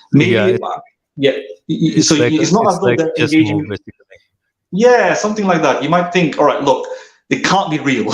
I'm not really killing somebody. It's a scientist, it's like a doctor. Right. So you get this impression, false confidence in yourself that you can do this. So people try to infer from this that people can do, like the Nazis. Upon Hitler's command, they kill people, right? In other words, a commander can just command people and they'll do the wrong thing. So they try to infer from the Milgram experiment this, but however, the Milgram, you can't say that because still, we don't know whether these people were just thinking this was a safe environment, it was a safe space to some extent, a controlled environment. It doesn't necessarily mean they would follow Hitler in any, just because he says wipe the Jews out. So, but it does add this kind of idea that go on. This particular criticism actually proves the experiment even further. That it's that is when you think that there are proper there's a chain of command and everything should be supervised, because the kind of feedback they were getting from the recipient of the electric shocks was that first they would increase electric shocks, and then for the last few shocks that they give, usually they don't even hear anything, which sort of worries them even further, like like maybe they have fainted or maybe they've even died, right? So this was the end of at the last few buttons. This is what was actually happening. So the experiment actually, the conclusion from this experiment is that when you think that there is proper authority, you might be ready to do a lot of things which you generally would question, and you might not be willing. Exactly. But I still think the strong conclusion that if you know for real, like if you know the person was a psychopath, would you then follow? I don't think we can generalize that far. The idea that any authority figure would make you do anything. If it's a psychopath and he's an authority figure and you perceive him as a psychopath, you might think this is not the proper authority. He's not right. He's evil. Yeah, but because in this situation, I think it's a fair interpretation that it might be possible that the people thought that it's a scientist. He can't be that immoral. What I'm doing might be controlled. It's not real or something like that. And they may have got away with it. But would they do the same thing if they know it's not a scientist? If they know it's Jeffrey Dahmer or Hitler? and they don't agree with his morals. So we can't generalize beyond that. But you're right that it adds some evidence, and that's why I'm bringing it up. It's some sort of evidence that some people can do some cruel things in certain conditions, and yeah, and we that might be what's happening with you know, like with a lot of ideologies, with religions and so on. You know, people do some cruel things, but I think they perceive that the authority figure to be moral. In other words, everybody's ideology is the moral one, and everybody else is the evil one. You get it, and that's how they kind of justify those sort of acts. Would it occur the other way around, though, if they genuinely perceive the authoritarian to be evil, malevolent? Would they then just, you know? It's hard to make that conclusion. Can I just stop you for a second? I'll invite other callers who want to come in and talk to us. The link is right there on the screen. All right, go ahead, please. Yeah, let's invite. Let's ask the audience. You know, what do they think? Do you want to give a specific request to audience? Yeah, because we're talking about. Yeah, anybody wants to talk about the proposition that we put forth here about a God. Let's suppose there is a God. He's real. He is evil, right? And he would put you in heaven, basically, for some really evil deed that he'll ask you to do. Maybe say slaughter 1 million people, or maybe have a marriage with a 3-year-old baby, or something that you consider to be really horrible, basically. So the question here is, if you know for certain that such a God exists, would you do it? Would you commit such a crime that in your own mind you consider to be morally heinous, basically heinous, right? So anybody who wants to chip in their thought, whether they'll do it, not do it, if they'll do it, why would they do it? If they won't do it, why won't they do it? If you want to put your reasons for it, we'll be glad to hear you. So I have the link at the bottom if you want to join. Until somebody joins it, we'll proceed forward with our video, right? Yeah. You want to add something to what you were saying? No. I've been derailing too long. Yeah, let's go forward. Possible to stop the truth from people knowing the truth. So we come out, you see, some people, they will not have no rest except they respond to what God has asked them to do. So go and make sure they speak to people, to go and release people from these bondages. You see, so that's why Jesus is the person who has come to give us the truth about God. He came to show us the way to live this life, and also came to show us the life of God, that life God has given to us. That we are not meant to be in the bondage. We are not meant to come and serve any other God, anything other than Christ. No, that's why Christ is God in the flesh. Jesus is God in the flesh. So he actually came to remove this ignorance, that has been transferred, to us, not knowing about God and all that. But the thing is, what God will show us is to understand who he is in the nature, in the things that he has made. He has proven it to us. We are made. I might accept Jesus as my savior, and You get what I mean? I just pause it. I'm laughing because it seems as though she's not listening to her at all. That's what it looks like. She's just nodding her head. She's a complete black man boring at this speech, point, right? pretty much. Yeah. Yeah. She has not She's made a like- single argument, right? She just Yeah. this particular probably memorized speech that she just gave. Yeah, I mean, this is like somebody just left Accepting Jesus as our savior and Lord. So, a huge bag somebody just dropped off their chest or shoulder or whatever you want to call. Now this is a new bag of things that you want to put on your, yeah, that's completely ridiculous. and completely ignoring what sort of stories and morality does Bible teach. So, despite us not being very knowledgeable about Bible, but we do know the kind of things that there are in Bible. So, of course, she wouldn't mention those. She would ignore those passages. So, fine. Yeah, I mean, the first and fundamental question is, she said there's slavery in Quran and all those blah, blah, blah, blah. Okay, have you looked into your own scriptures? Are you sure? Are you absolutely sure? This is the No thing, one, right? See, no teaching. I mean, no civilization, I think, was free from slavery, right? Up till a few hundred years ago. right. So, I mean, criticizing Islam alone for that is, of course, unjustified. All right, right, right. I mean, when you have a huge evidence that was that's transatlantic slavery, right?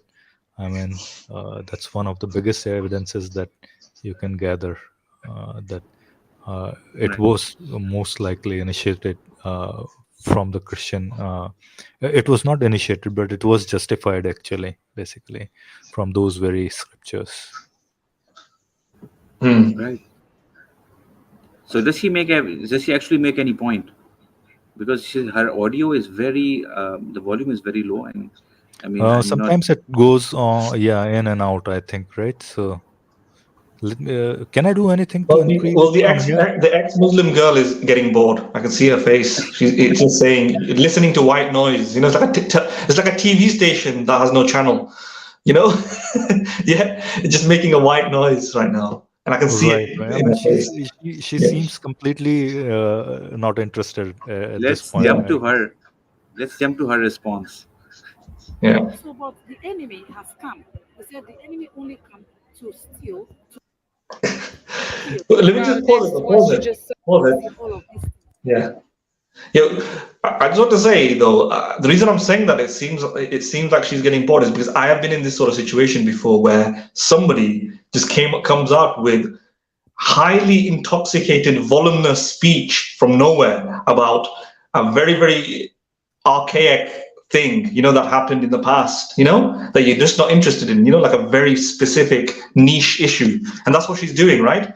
She's coming up with all this prose about the Bible and things that you just can't connect with unless you've gone through seminaries, you sang the song, the hymns, read the Bible and been indoctrinated, conditioned. You can't relate with it. It's like somebody just talking about a novel that they really enjoy, and all of a sudden just talking about it. Like Right, Harry Potter right. this, Harry Potter that, and Harry was like this, Harry was like this, and Harry, and you're like, what were you talking about? Who the Right. heck is Harry? I mean, and it goes over your head, right? You don't have the empathy. Have you ever been approached by Jehovah's Witnesses? I've approached them for You fun. have. That's their bad luck. Their bad luck. I remember when I was younger, I used to with my friends, we used to go, let's talk to the Jehovah's Witness like that. We used to go up to them. Yeah, so we talked, and they were just just messing around. But recently, I think I've had a few Bible thumpers come to my house. I think Yeah. once I was approached by them, and I said, "Hey, dude, I don't have $100. Can you give me some? God is gonna give you a lot more." I never saw them again after that. Yeah. Yeah. All right, let's move on. Mm-hmm.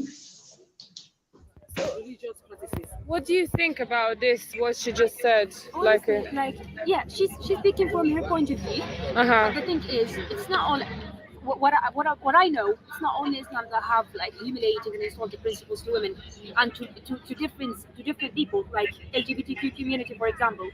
Like all the religions, like if you are Jewish, if you are Christian, if you are Muslim, all the religions they admit that So the Bible, to clarify, I It's not know. about religion. You see? Yeah. So the religious things is actually to limit people from getting the truth. So, but the thing is, we are not the one who determines truth. It's God who has to determine truth. You see? So that is more reason why. Oh my God, she has thrown away everything. The entire argument is now in the trash because now she's trying to justify the things that her own religion actually Right. sort of All prescribes. that slavery that you talked about, Oh, yeah. it would have been It was real had it been commanded. from God. But It no, was it's not commanded by from your God. God. So what can we do? All right. So we are not saying it. It's a God that has prescribed us this sort of morality that doesn't make sense to this lady.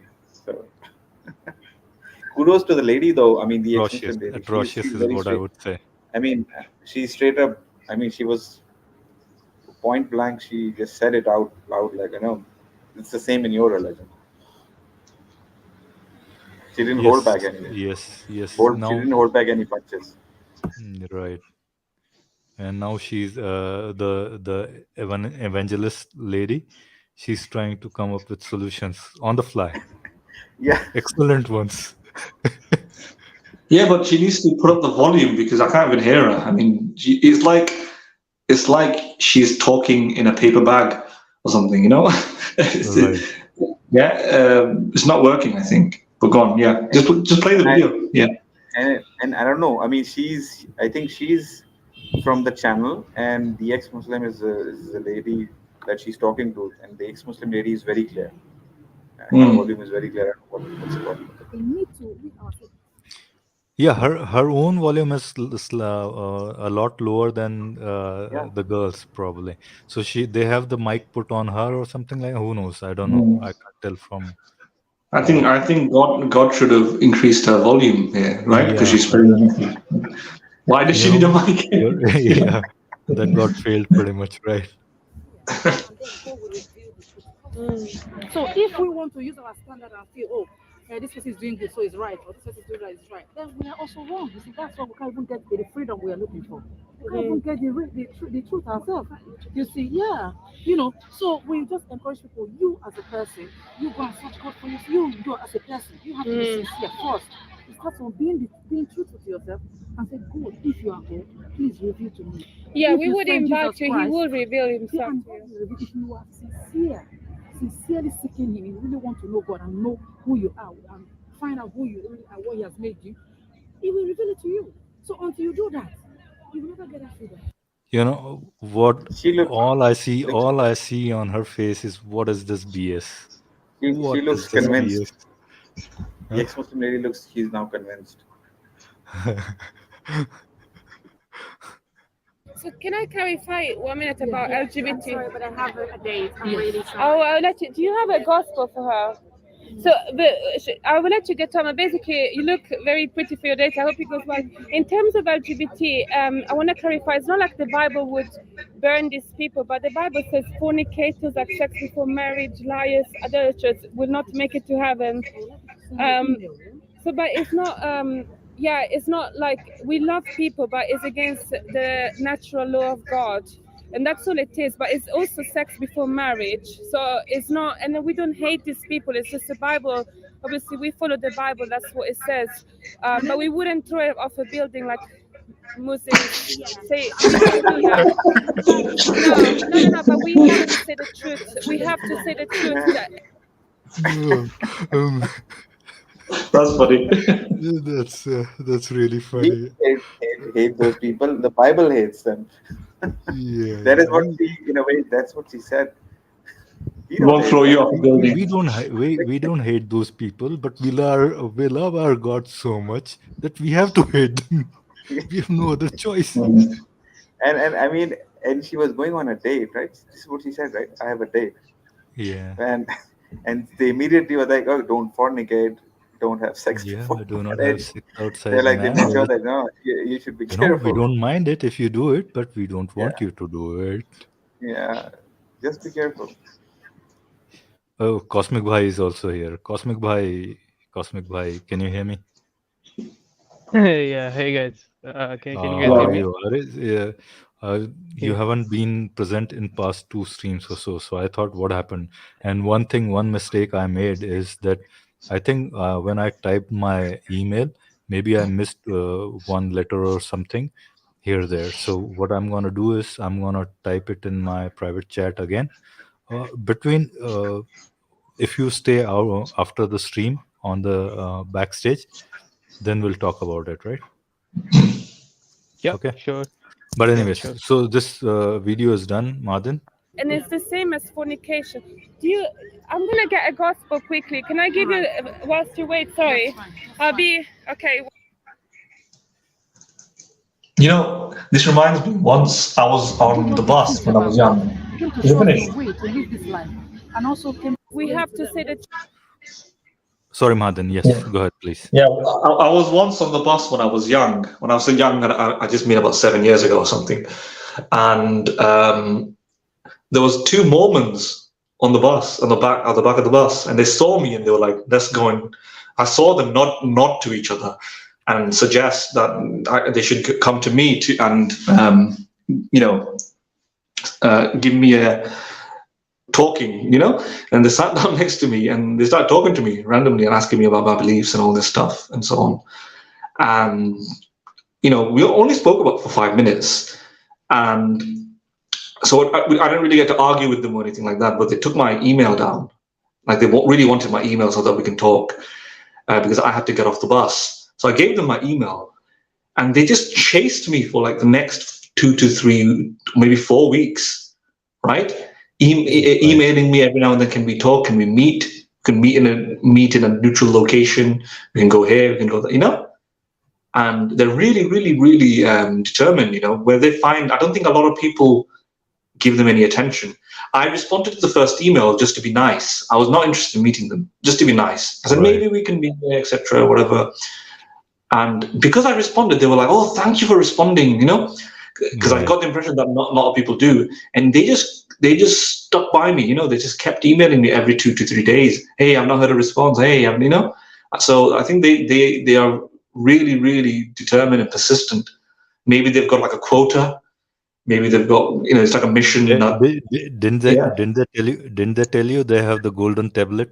You only have the Loha Mahfuz, whatever, Yeah, we didn't go that far. Yeah. But I remember saying at that time that I was agnostic or something like that. And one of the guys went, "Oh, I love agnostics. We love agnostics." It's like you're not sure, right? That's what it means. You're not sure. I was like, no, it doesn't mean that. Why they love agnostics? Yeah. Can you hear me? I can hear you, yes. Can you hear me? Hello? Yes. All right. Sorry, for a moment, my Siri went bonkers, basically. Anyways, so what my chain of thought was, what were you saying? Sorry, what was your last point, Madan? We love agnostics. Yeah. I think they, even for all these guys, they think that you have already crossed the halfway through, right? Now all you need to do is just, accept their God. So you rejected all your old clothes. Now you need to wear these new clothes, pretty much, right? You're pretty much like a naked child. Yeah. And that's not really a complete full depiction of agnosticism, Arguably, most atheists are agnostics to some extent for certain things, and has no bearing on what they create the impression there's a 50-50 neutrality, right? And that's not the case at all. We have a comment. Okay. Without lies, Islam dies. I think, I think that's true for almost any ideology, and not just any particular religion, I would say. These are all stories you keep hearing about, your gods, your culture. I mean, not culture, but these religious symbols that you keep hearing. These are stories that are coming through and through over generations after generations after generations. And then they become, as if they are true stories, pretty much. I think if you haven't seen the documentary by Tom Holland, have you guys seen that documentary, In the Shadow of the Sword? In the Shadow of the Sword, or something like that. And I mean, it's based on that book, basically. I mean, he has taken excerpts out of that book to make that documentary. But somewhere around that documentary, he goes on to say the stories that never happen appear to be stronger than things that did, basically, right? And these are that's the same with any ideology, and especially religions, basically, because all these stories are so appealing and so strong that people just don't want to leave those stories, pretty much. They just can't get rid of those. Anyway, Cosmic Skeptic's been here for a while, so let's Cosmic. Please go ahead. Sorry. Yeah, I'll comment on the video first. I really like to see videos like this one because, and I think more Muslims should see this particular one. It's because it shows if you haven't been indoctrinated to the faith in a young age, it all seems so absurd, right? When she's pitching, he's making a pitch for Christianity. Even us, like the people who renounced Islam, sometimes when speakers talk, it still touches a nerve or something, right? Somewhat. But with the with Christians, and it's the same for Christians, people who were going to the church in a young age, when they hear Muslim speakers passionately market their religion to you, most of them also get no feeling from it. They find it quite cringe, the same way we found this woman cringe, right? So it's I think more people need to see videos like this because it's so difficult to get through when you don't have the baggage of the religion you came from. Yeah, Right, yeah. right, exactly. Yeah. Go, Madan. Exactly. Madan. Yeah, no, I completely agree. I mean, yeah, I think Sam Harris in one, I think his debate with William Lane Craig mentioned how all of the audience members, you are destined to hell in a Jewish hell or something like that. I can't remember which religion it was, or it was a specific religion Islam. hell.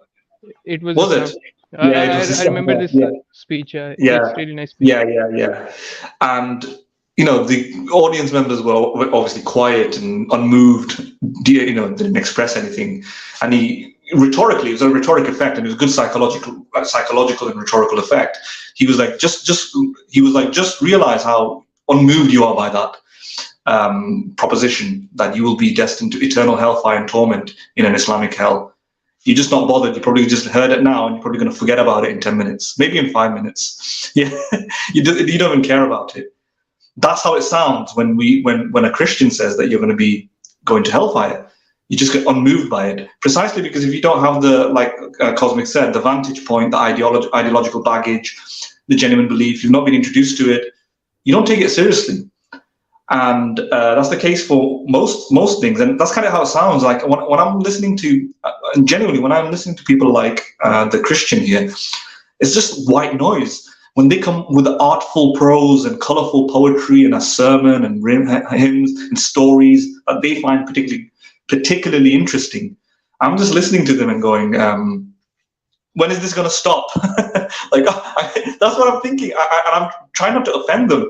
It's just that the story doesn't stick out for me, especially somebody like me, because I actually don't like poetry to seriously understand the world. I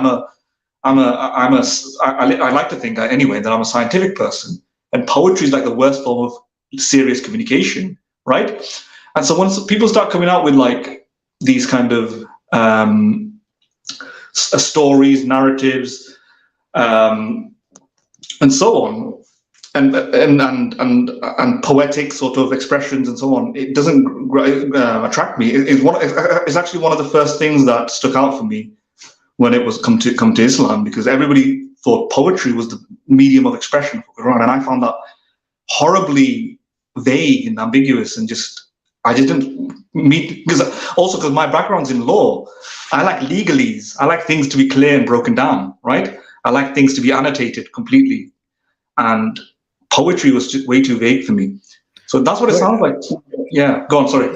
Sorry, Madan. Can I take just 1 minute? I mean, I'm one of those people who really like arts and poetry and the music and all those. But at the same time, so I'm probably like really confused. I have two modes where I really like poetry and music and all those things, but at the same time, a part of me is like extremely rational. Basically, I mean, it tries to be, at least. That's what I'm saying. And I would not stand such kind of argumentation in front of anybody. It might sound somebody giving a sermon or going to a choir or even a good azan is going to be really awesome to listen to, pretty much, right? But its meaning ends over there. I mean, I have enjoyed it. That's about it. If it has any deeper meaning, I just don't see it, right? Basically, that's where my logic starts to intervene, basically, in a sense. So I attest to what you're saying, But yeah, I mean, I would say just on top of that, I do enjoy these poetic, No, no, yeah, and I don't enjoy art and music. I will say I'm a much of a poet. Strangely, I was actually very good at poetry when I was young, but as an adult, I don't think I've ever written a poem, and I don't think I've ever properly read a poem as an adult. To be honest, I'm not into poetry. However, having said that, I'm into music. I'm into loose language. Of course, every I have that side, just not for serious things.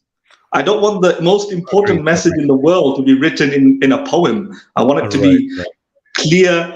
I want to be completely Concise, concise, clear, right. like a statute book, like a law book, like a constitution, and even better than a human constitution. I want it to be the clearest message in the world. Right. And No poetry seems to be the ambiguity worst form of. whatsoever. Yeah, poetry is good for fun and entertainment. I'm okay with that. But for serious things, I like I like things to be scientific and logical and clear and so on. We got another comment. Right. Sky, guys, accept Islam. Allah will give you 72 virgin who's in heaven. So here's an answer from me, and then I'll give it to whoever, Maden, Cosmic, anybody wants to respond to it. See, the problem with this is that uh, you have to think of these things, that the offerings from a god, from a perspective of a Bedouin, 7th century Bedouin, right? Badu, right? And why he's giving these offers is basically he wants, and it's coming out from a warlord. If you just analyze in the totality of it, these commands are coming from a warlord who wants to motivate his troops and die for him in garnering more territory, basically. And in doing so, he has to motivate them with something, because if you die, you just die. You haven't gained anything. So how do I motivate this troop that's going to fight for me and lose their lives? So give them something bigger than what they have been wanting in their current life, or this life, basically. So you give them really good, extremely beautiful 72. I don't know where this number 72 comes from, but give them enough, right? So that they can't complain. But here's a fundamental question for you to answer, or for whoever listens to this, especially our Mormon brothers, basically. Why do you need 72 virgins in heaven when Hmm. God can give you a million times better sensation, or what do you call, uh, orgasm, without needing even a single virgin girl, right? God can do anything pretty much. Kun faya kun, he says, and it happens, right? So why would you need 72? You can imagine, he'll put those Yeah, things I think in the your idea, imagination. I Why would think the I idea of heaven is, I think the idea of heaven is that you get to have what you want, right? So, right? I think right? that, I mean, that's the point of heaven in the first place. So, does that mean you can't have more than 71 virgins if you don't qualify for 72? Oh, right, What does right. that mean? So, you can have everything in heaven, but you can't have 72 virgins if you wanted, unless you do certain things to deserve it and earn it in the real in this life.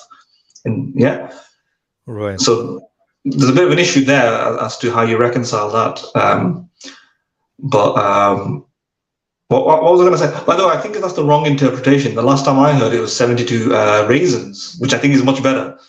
Yeah, Yeah. that's an interpretation by one Orientalist named Christoph Luxemburg, and Yeah. he's an Orientalist, and he says that some of these, and this is true, that Quran is a language that has come out of Syriac, and Syriac and Aramaic were the two languages that were pretty common around that Levant area, pretty much, right? I think from what is written in the earlier books, Jesus probably spoke Aramaic, right? and so these are the what you call not sister but derived languages, Syriac and Arabic. And so there are quite a few loan words in Quranic Arabic that are Syriac words, and his contention or his thesis is that some of these words probably have arrived from Syriac or Aramaic, and they have a different meaning in those two languages, basically. And so the word hur is basically one of those Syriac word which means basically raisin. And so you're right. That's one of the hypotheses, basically, right? But yeah, Mm. I mean, who knows what? But why would somebody, propose 72 raisins, right? Instead of, uh, Like, to make yeah, I mean, because you get, is heaven, what does that mean? So the whole concept of heaven is that you have unlimited and eternal life and unlimited resources, unlimited things. You can get all your desires and ambitions fulfilled in this particular life. But what does that mean? But you can't have 72 virgins. Sorry, you can't have 72 raisins. right, And why would you want 72 raisins? right. You know? Maybe, or maybe there's some very deep, theological answer to this which we are unaware Yeah. of. Probably. There Khali always and is. There Cosmic. always is. Yeah. Yeah, sorry, Yeah. I wanted to ask Khali and Cosmic to jump Mm. in if they have anything to add to. Uh, yeah, sure, I can go. There's a couple things. The first thing you mentioned where you were describing how the 72 hours thing was something that would appeal to people of that time, and that's, I think, a very reasonable statement to make. There's actually a fun little story about this. I forget the exact context, but I think it was some mother who was asking a religious scholar a question that her child asked her. And the question was, the child was curious if in Jannah they would have a Wi-Fi. And that kind of like shows it's specific to The the yeah, times, right? the Yeah, times that it was revealed yeah. and And quote unquote revealed, right? yeah, but there's a couple other notes. So I think for one, the 72 Hoods thing is so some scholars say it unapologetically. In fact, there was a particular scholar who was questioned by someone who said, if me and my husband both go to heaven and we are both happy with each other, uh, and we don't want the 72 Hoods, if I don't want him to and he's also happy with not having them, can we live in a monogamous relationship there? And the answer from the scholar was, and I think I might still have a screenshot of this, was, who are you to deny what God has promised him? And this is an overreach, and you can't do this, right? And then there So Mm. was you basically, Cosmic, just asking this yeah, question. So yeah. basically, you don't have a free will in heaven as well, pretty much, Hey. right? I I mean, mean, I think you you can't deny what God has provided for you, basically. yeah, I don't think the scholars go that far in depth, but I'll still, for the in the interest of being fair to them, I think I have heard from some scholars that So they does believe that? the sorry, yeah, if you want ask a question. No, no, no. Carry on. Finish what you're Yeah, saying. I think there's some people who claim that the chain of transmission for this particular hadith, one of the narrators is maybe a bit suspect. But so the thing about suspect narrators of certain hadiths that are still graded as Sahih, right?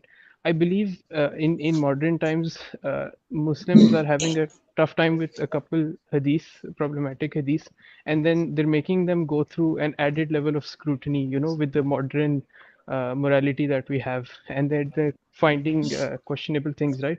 But what I'm curious about is that there are a ton of good hadiths, right? Even by our standards, they're good hadiths, and they don't go under the same scrutiny that some of these more questionable ones go through.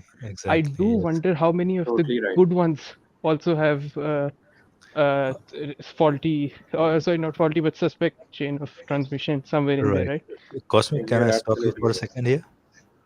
Yeah, I think Yes. I'm done. What I wanted to say was this: you pointed very good thing, and what I was thinking, and I've been thinking this for a long time, that we need to do a stream on science of hadith, basically, sometimes, and I'll probably need all of you, pretty much, because that's something that's overlooked maybe, but that's a let's keep it aside for the timing because we are mostly dealing in philosophical aspect. But I wanted to deal with the philosophical aspects of tawatur, mutawatir, and all those things basically. So when you say something that the chain of transmission, you have 4 or 5 chains of transmission, separate chains of transmission. What does it mean? It means that you have to, for example, I think Sahih Bukhari alone has what, 700, 800 different transmitters or something like that. Correct me if I'm wrong. And almost same number, roughly about the same numbers, and all the other five Sahih books, pretty much, right?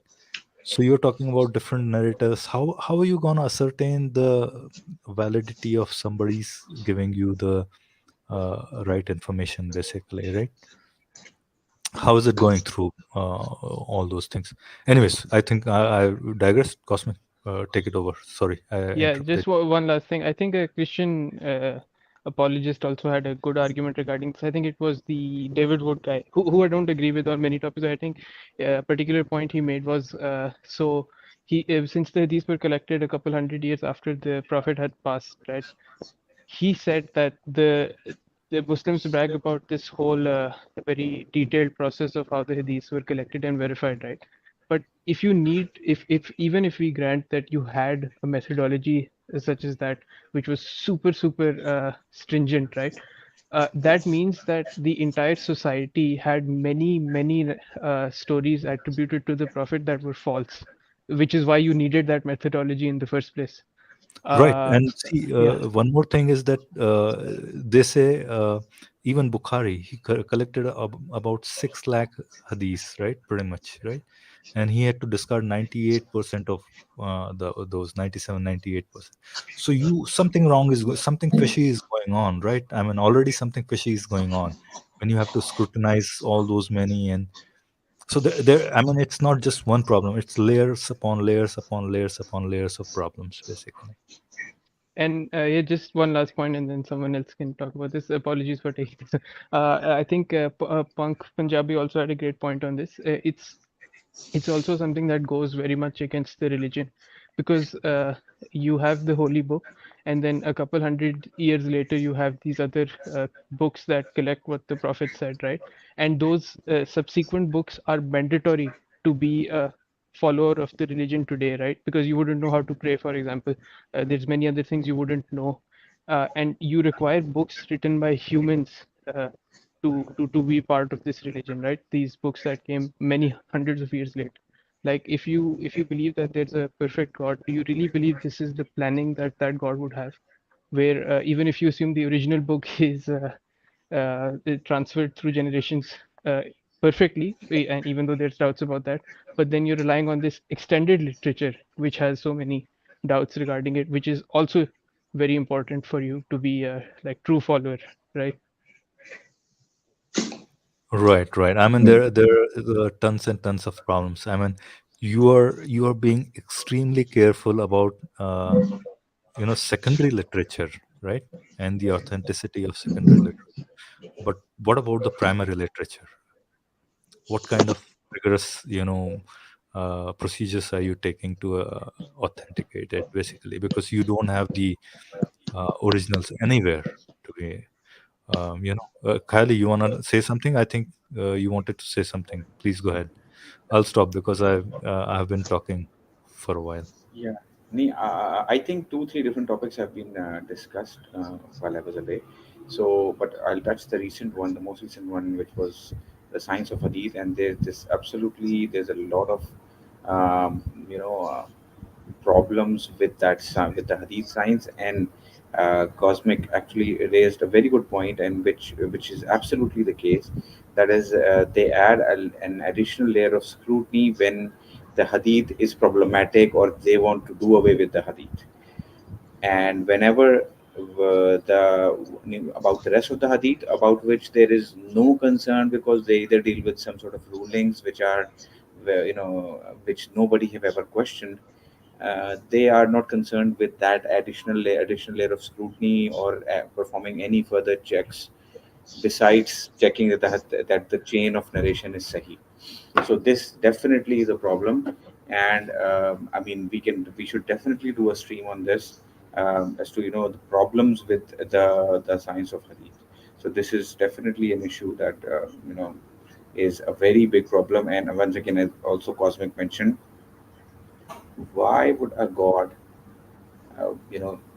divide the most you know divide the source of the knowledge about his religion in two forms, one being completely authentic and the other one being documented more than 200 years afterwards by humans, and then through a lot of effort, and and keeping that particular source, that is the hadith, in so much doubt that people have to go to check every hadith and every person who has narrated that hadith. And so it doesn't make sense. It does not make any sense at all.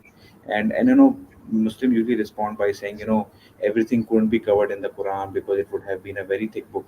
But the problem is, just just to save, I mean, if Quran had actually covered all those aspects which have been now covered in hadith and tafsir, I think it would have, let's say, four similar books. Even I think it would have might have been less than that, but let's say there might have been four Quran sized books.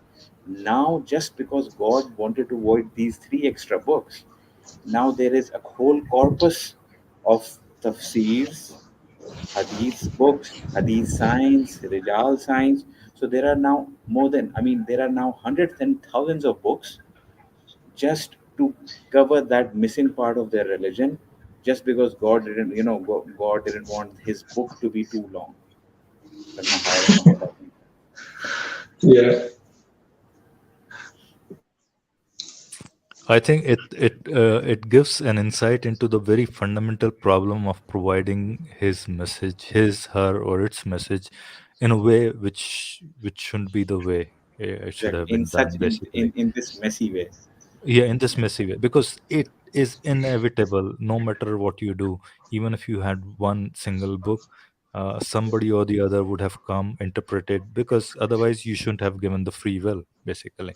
If you had given the free will, that person is going to go and just interpret it from his or her own perspective, and then he has a free will to write something about it. Now it becomes another book.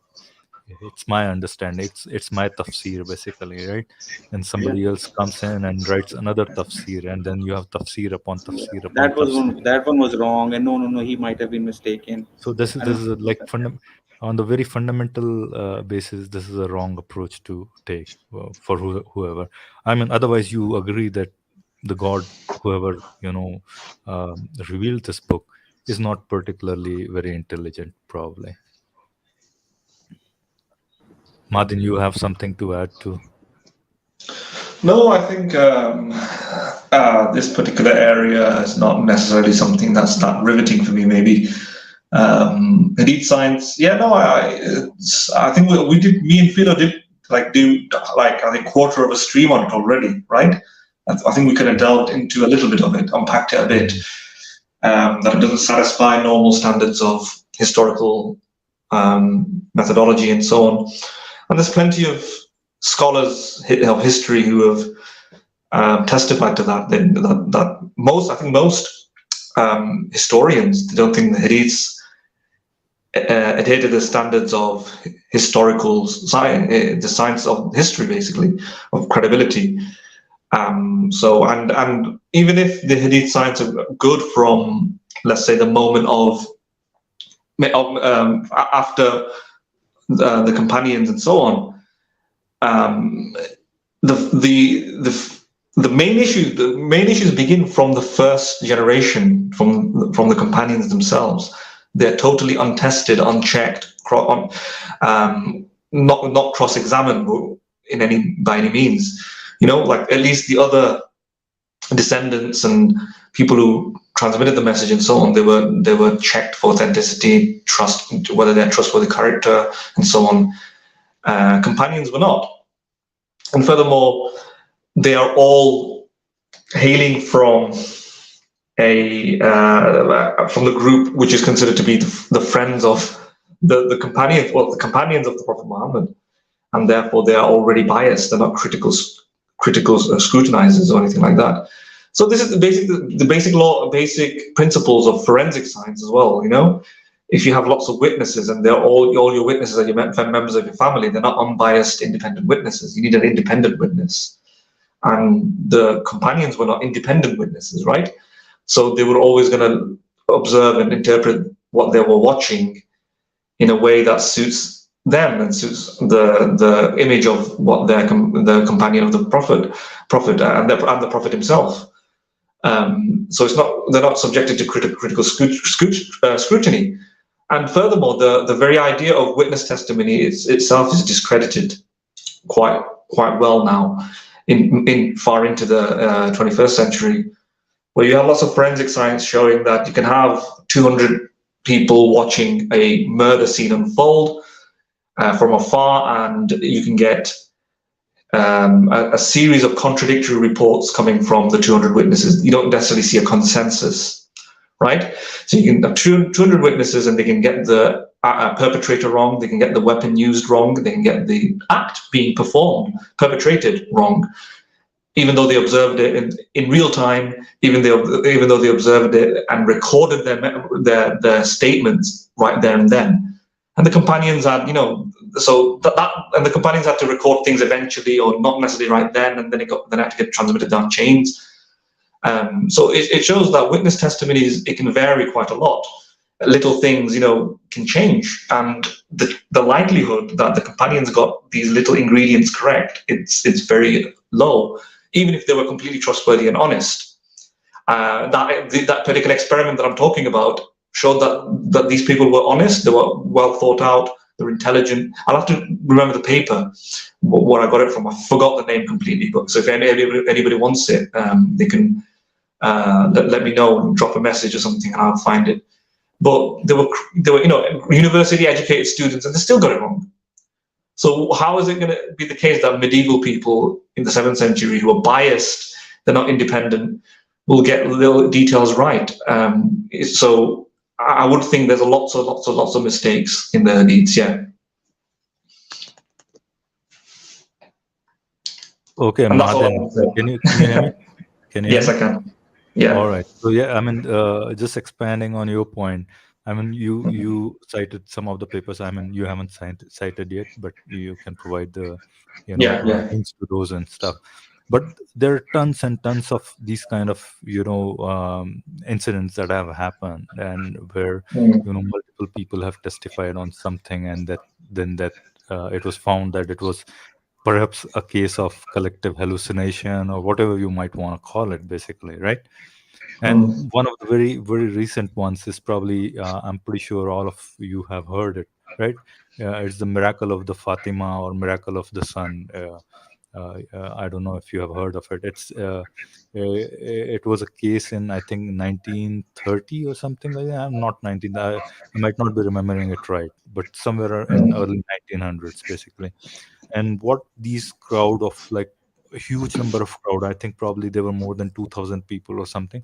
What they saw in the sky was a dancing sun, basically, what they described as a dancing sun. And it was some, they were some Christian sect, and they thought it was like a miracle of Fatima. Fatima was one of their churches that was, Virgin Mary, and the church was called Lady of Fatima or something like that, right? And that's what they saw, and they realized that they thought it was a miracle from their, whoever, Yahweh, basically, right? So these kind of things keep happening, right? And when you say that testimony, even if it's collective testimony, it could be horribly wrong, basically. And that's exactly what you're appealing to when you're talking about these hadiths being correct. It's tawatur or it's mutawatir, and then doesn't really, it doesn't really testify. It doesn't really take you away from this very nature of Chinese whispers, basically, in a sense. even if it's Yeah, what I'm saying is that the first line of attack is on the companions itself before it goes down the lineage of Chinese whispers. The first line of attack is the companions themselves. I mean, even in Quran, if you, in Quran, They were the not Quran, unbiased. They were not unbiased spectators. So, with one protocol for historical accuracy is that the witnesses are either neutral or unbiased or somewhat independent, and that's like a good historical standard. So if Socrates is going through a city and the opposing city historically, right, like makes a record of it, and we historically uncover it, and we know that that particular city was not necessarily entrenched in the fellowship or the praise of Socrates. They don't have a self-interest to portray Socrates in a particular way. But we do know, for example, companions who are literally allied with Muhammad would have a self-interest in recording Muhammad in a positive light and minimize any negative, defective characteristics, what they perceive to be negative, defective characteristics at the time. So that creates already a burden on the Islamic proponent before we even get onto before we even go down the lineages. That the first line of attack, primary level. Go Sorry, on. go ahead. All right. The primary problem starts at the beginning. Was that even immediate witnesses, when they were not unbiased, they were not neutral spectators. They were in allegiance with Muhammad, and furthermore, there's a lot of evidence showing eyewitness testimonies can be very, very, very inaccurate even when you're recording things straight away. Right? The best thing to do is find consensuses. Or consensus is not a word. Consensus is a plural. But find a consensus, right? Like if you have 30 witnesses all saying the same thing, they're all independent, they all hail from different cities or something, and they all converge to say the same thing. They didn't talk to each other. They didn't contaminate each other's memories. They didn't influence one another, and so on. And they all come to the same opinion, even though they were not in contact with one another. Right? Right. That's very unlikely. What you're saying is absolutely right. But you can add another level of. Sure. Yeah, my point is that the experiments show that doesn't always happen. In other words, what we should be doing is looking for consensus. It's true. When we do find a consensus, we should put it to one side and go, this is a bit more accurate. But the experiments show that these alleged consensus doesn't occur all the time. Most of the time, when you do eyewitness testimony research, they get it wrong. There isn't a consensus. 2 people might think one thing, 3 people might think another thing, 10 other people individually think something else happened. There's a lot of variation. So in those situations, we shouldn't, because there is no consensus, we'd be like, all right, this is. So in other words, for eyewitness testimonies, consensus is very rare. So there's a probabilistic argument there then. It is unlikely that during a medieval time, the companions, through their collective consensus over something, necessarily got it right. On top of the fact that they were not unbiased, and on top of the fact that they were independent in the sense that there's another issue with eyewitnesses in which that if they communicate with one another, they contaminate each other's memories. They're more likely going to copy from each other or some. Exactly. Yeah. So even if they're honest, what happens is that they help each other out. Unintentionally, so the one person might have gaps in their memory. So one example of that I would like to give is one example I would like to give on that is if you have moving away from Islam, just one more point to add on to what you have said about the eyewitness testimony or all those things. You can even take your skepticism one level higher, basically, and you can ask, do you really know that somebody of the person of Muhammad really existed or not? I mean, if you go really on the independent sources, the evidence is really scant, basically. I mean, it's almost non-existent pretty much. So, I mean, you don't even have to, question whether the first layer of Sahabis or they were truthful or, are you going to question their eyewitness testimony and all those things? You just don't find these guys in the history books pretty much, right? I mean, independent history pretty much. So how you prove that they even did exist or not? I mean, that's a big question mark right over there, right? But what I wanted to move on to was Christianity, basically. And Christianity, the point you were discussing was that contamination, right? So this contamination can be seen in Christianity. Basically, you have these synoptic gospels, right? And you have that Matthew, Mark, Luke, basically, right? And then you have John, which is much later, right? So basically, what they think, I mean, the scholars now think, is Mark is the earliest one, and Matthew and Luke are copying from Mark, basically, right? Yeah, yeah, yeah. So as the time progresses, and as the chronologically lower down the order you come, you see more embellishment, basically. So Luke and Matthew are adding more and more stuff to what is in the Mark, but they are building their own stuff as well. So they are copying from some other sources as well, basically. So there are 4 or 5 different sources that don't exist anymore now, but Mark is taking from somebody, one source. Matthew and Luke are taking from Mark and all those. So this is a problem, basically, when you have eyewitnesses, basically, not eyewitnesses, but even scholars who are writing these books, getting in touch with other works, Yeah, basically. So yeah, it's a yeah. complicated process, basically. Just saying that these are independent sources is a misleading, basically, seriously misleading. Anyway, Yeah, many of the many. sorry. Yeah, just before we go to Kylie, many of the times, sometimes the hadith is about one companion's opinion, right? And so you don't have that sort of consensus or corroboration with others. You don't have this converged opinion about something that they watched. It's like one person, and that one person is not an unbiased spectator. And yeah, we just assume that they're correct about what they observed or witnessed. So it's in real doubt. The hadiths are definitely in real doubt, even if the companions had recorded it properly. Forget the many generations after that, being recorded after 200 years. If they recorded it right then, it would still be in doubt. And that's what I'm trying to say. You know what I'm saying? Right. I agree. I took your point. Completely agree. Anyway, we'll go to Kylie. So just to add on to Mahadan's point, yes, in a way we have started discussing the Hadith science. There is a paper on Bukhari, Sahih Bukhari network analysis, and it's quite a good paper. I mean, it has a lot of statistics and network analysis and all. And as you just mentioned that not all of the hadith have multiple narrators. The statistics that they have mentioned about Bukhari is that there are a total of 7,370 hadith narrated by a total of 1,372 narrators. Now, from this collection of hadith, we found a single chain of narration for the majority of ahadith. So it's not only that there are some hadith which come from single narrators. Majority of ahadith come from single chains in Sahih Muslim and Bukhari. But I In think Bukhari, my numbers were wrong. right? I thought from some point I understood. I remember that there were 700 or something narrators. But anyways, carry on.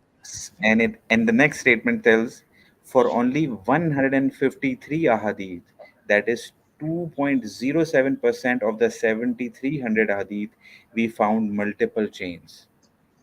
So just imagine that in the entire Bukhari, which is around 7,000 hadith, only 153 hadiths have multiple chain of narrations. All of the rest of hadith, which is the 98% of Bukhari, it comes only from single chain of narrations. Right. So So just wanted to add that. this is like what 2% of the 2%. He collected almost like 6 lakh or Yeah, 600,000. yeah, yeah. I mean that. We So can. now he gets down from 600,000 to 7,600, something like that. No, 7,300, something like that, right?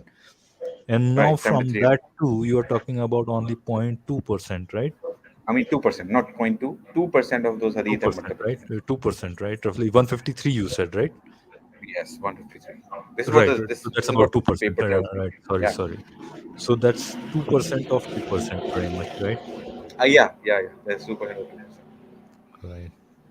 So yeah, I That's mean, and abysmally low. That's abysmally low, pretty much, right? exactly, and just imagine, and even after this much scrutiny, if you listen to scholars, they say that there are hundreds. Even Mufti Yasser have said that there are hundreds of hadith in Bukhari and Muslim which are not accepted by the majority of Muslims, and they are not followed because they are not considered right, despite the fact that they have Sahih, that is, they have authentic chain of narrations. Despite that, they're not accepted. I have seen many scholars, reject Hadith from Bukhari and Muslim, right? So now, just imagine if you listen to Muslim when they are generally speaking about Hadith science, they speak about it in a way that it is such a glorious science that that it seems that the end result that they might get from this ilmu rijal is sort of in a way certain, but then their very Unquestionable. own Yeah. Yeah. very attitude towards the end result, that is their hadith collection, is that their most authentic books have hundreds of hadiths which they don't accept themselves, which means they themselves have admitted that there's their own science, which they glorify quite a lot, has failed them. Exactly. Yeah. So we don't need to listen to this glorification of the hadith science because they Right. themselves don't accept it. No, I think if you go to Kaisar Bhai's stream sometime, you'll, or if you have heard him say talk about this, and he talks about Hadith science as if it's like, you know, Einstein talking about his own theories or something like that. I mean, it has gone through so super a scrutiny that it's become like a fundamental fact of, life, pretty much, in a sense. Yeah, So that's kind of quite deceiving in a sense. exactly. And it's often, I'll give you an example. It's often quoted just to show how much scrutiny has hadiths gone through. It is said that one of the, I don't remember who was this hadith collector.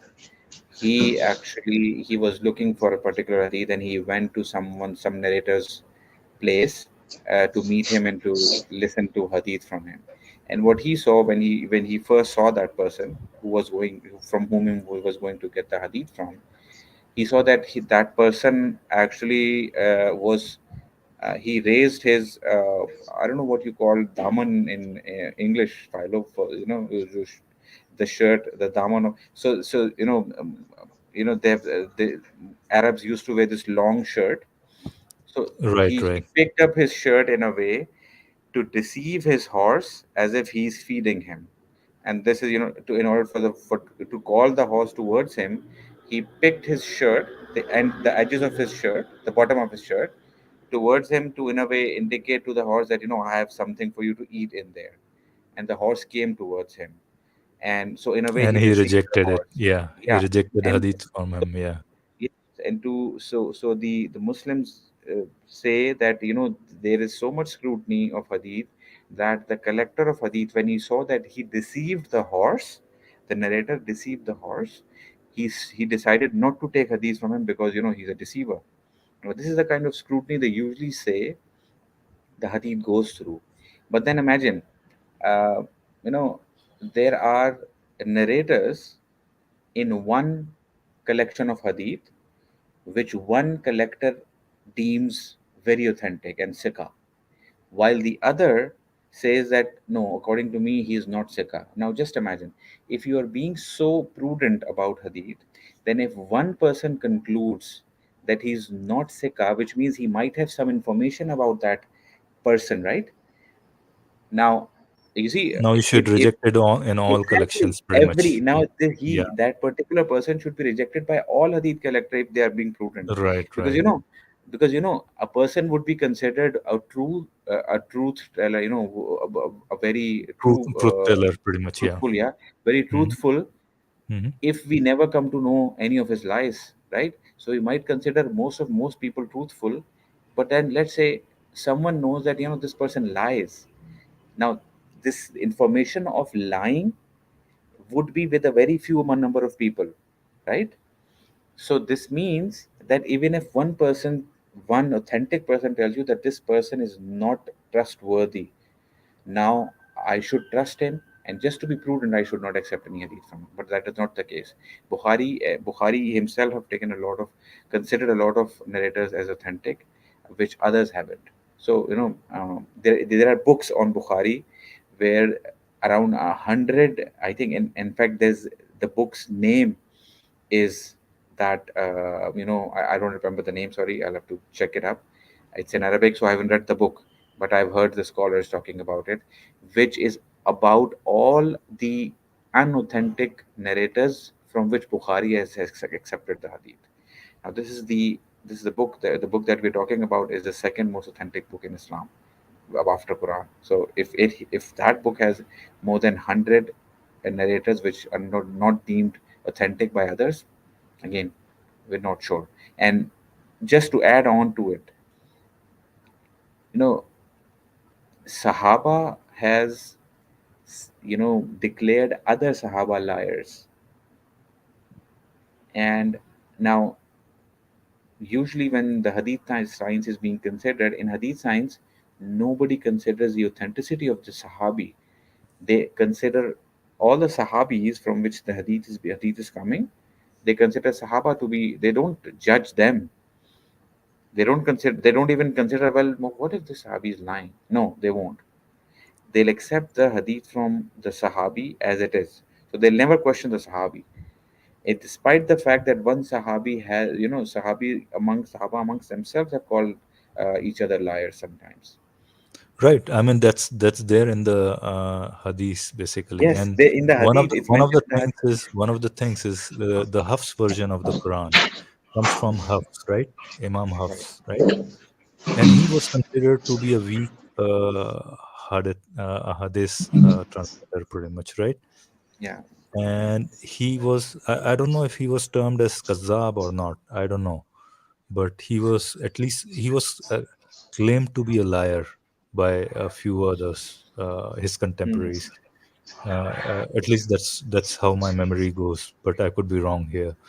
So if you guys know about that, but that's coming for the Quran, the most authentic book that you're talking about, right? And forget about the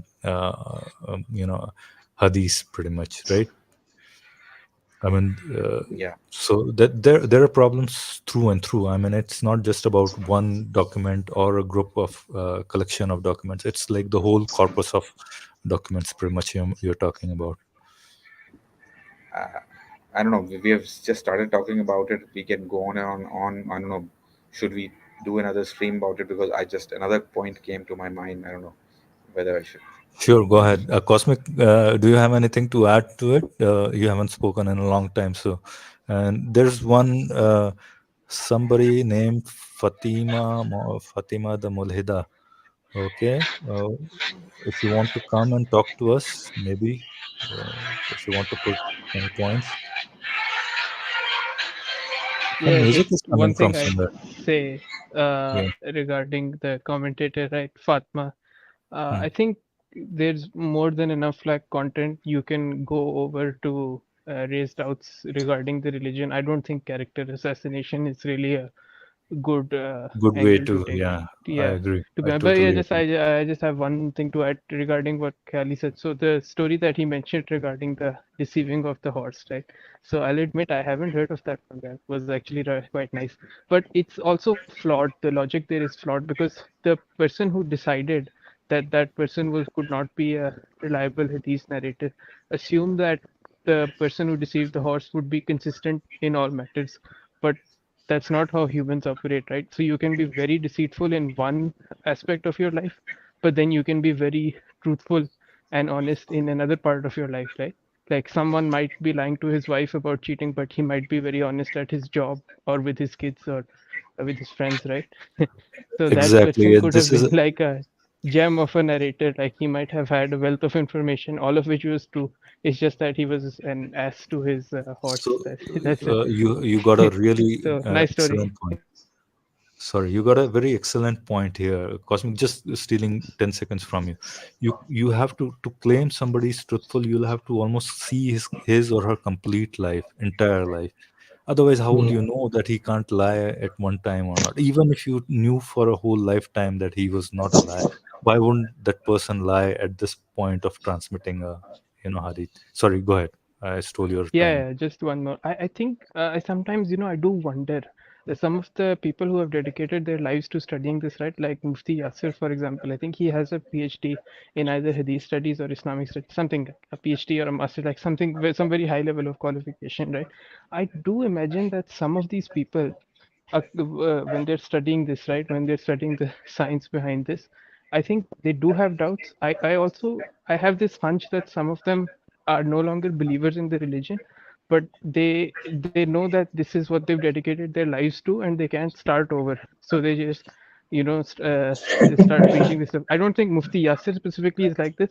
I believe he's honest, he's truthful, and he genuinely believes it. But I do think there are people out there who no longer believe, but they think they're too deep into it. Yeah, Yasir Qazi.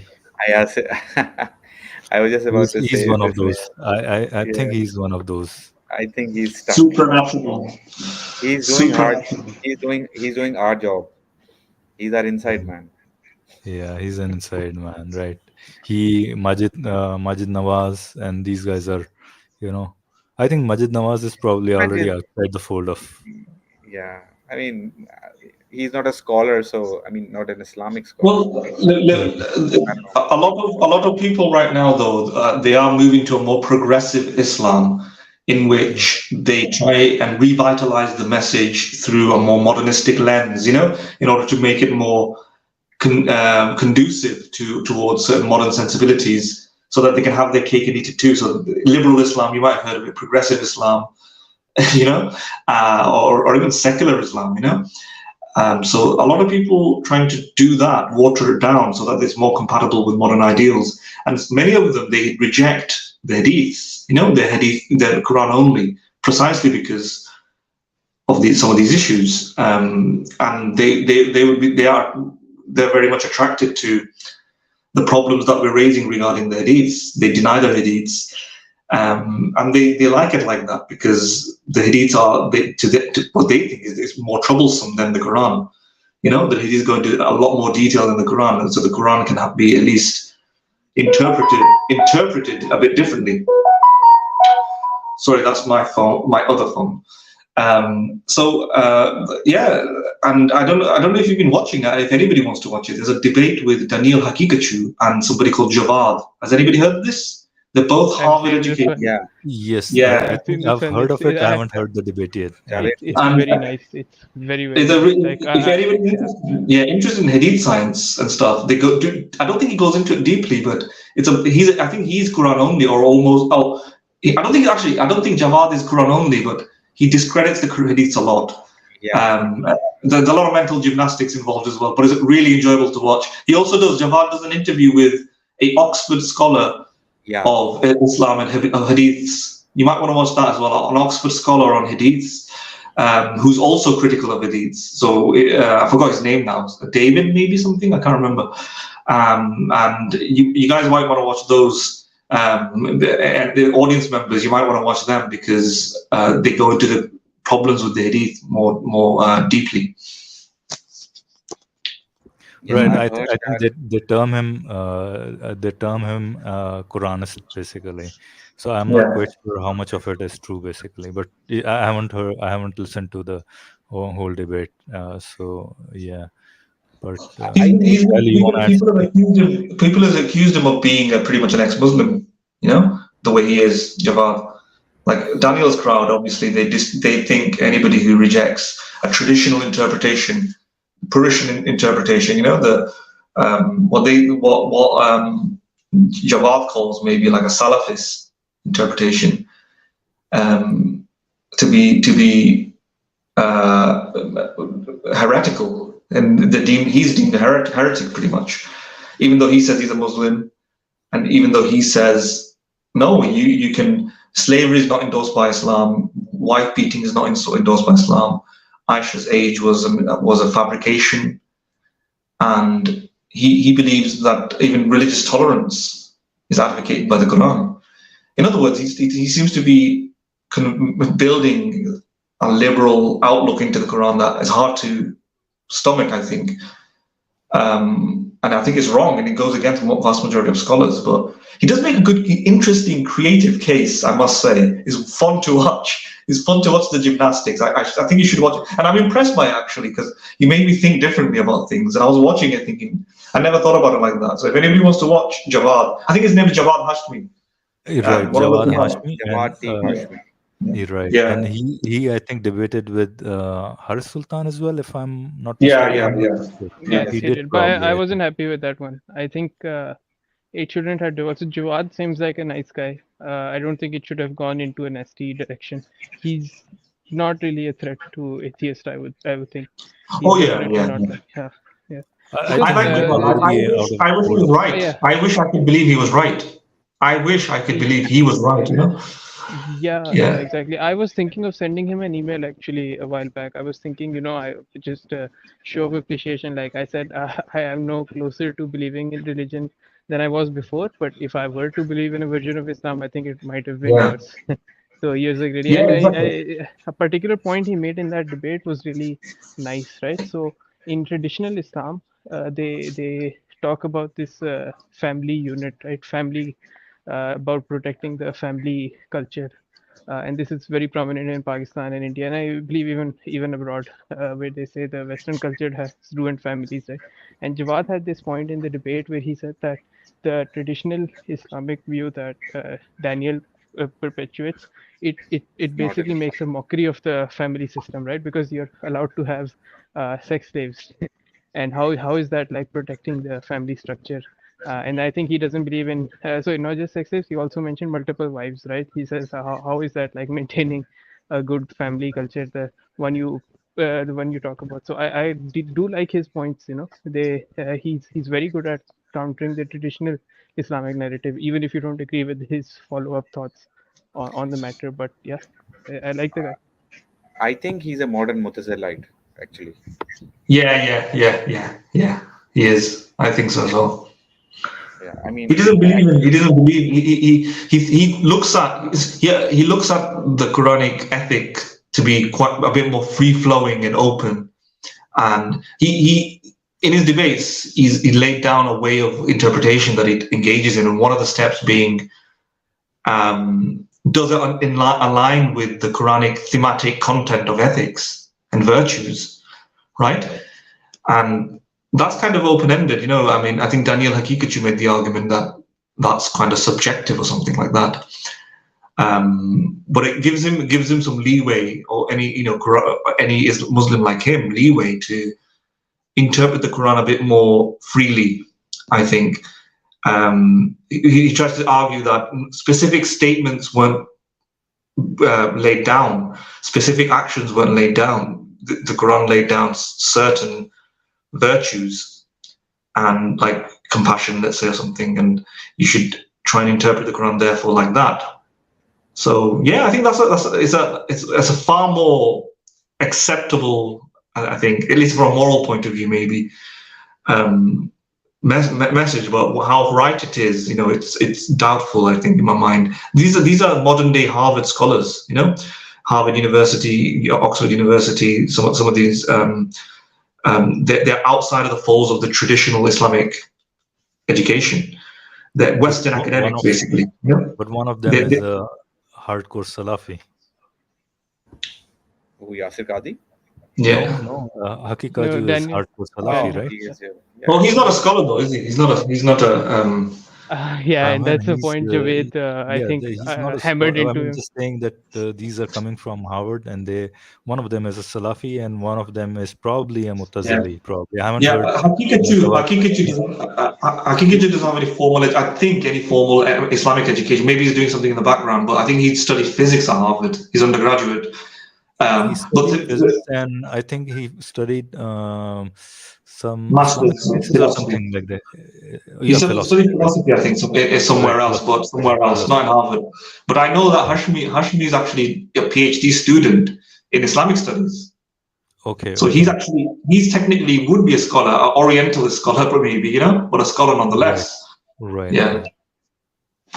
But you know, there was a point in the debate where sort of Daniel trumped Javed, where he asked him to recite Ayatul Kursi, which is Yeah. quite weird that Javed wasn't able to do so, right? That's quite a basic thing. So I was kind of amazed by it, Yeah. because But let's do you think assume he that actually doesn't know it? I think he might know it. I think he genuinely just didn't want to say it.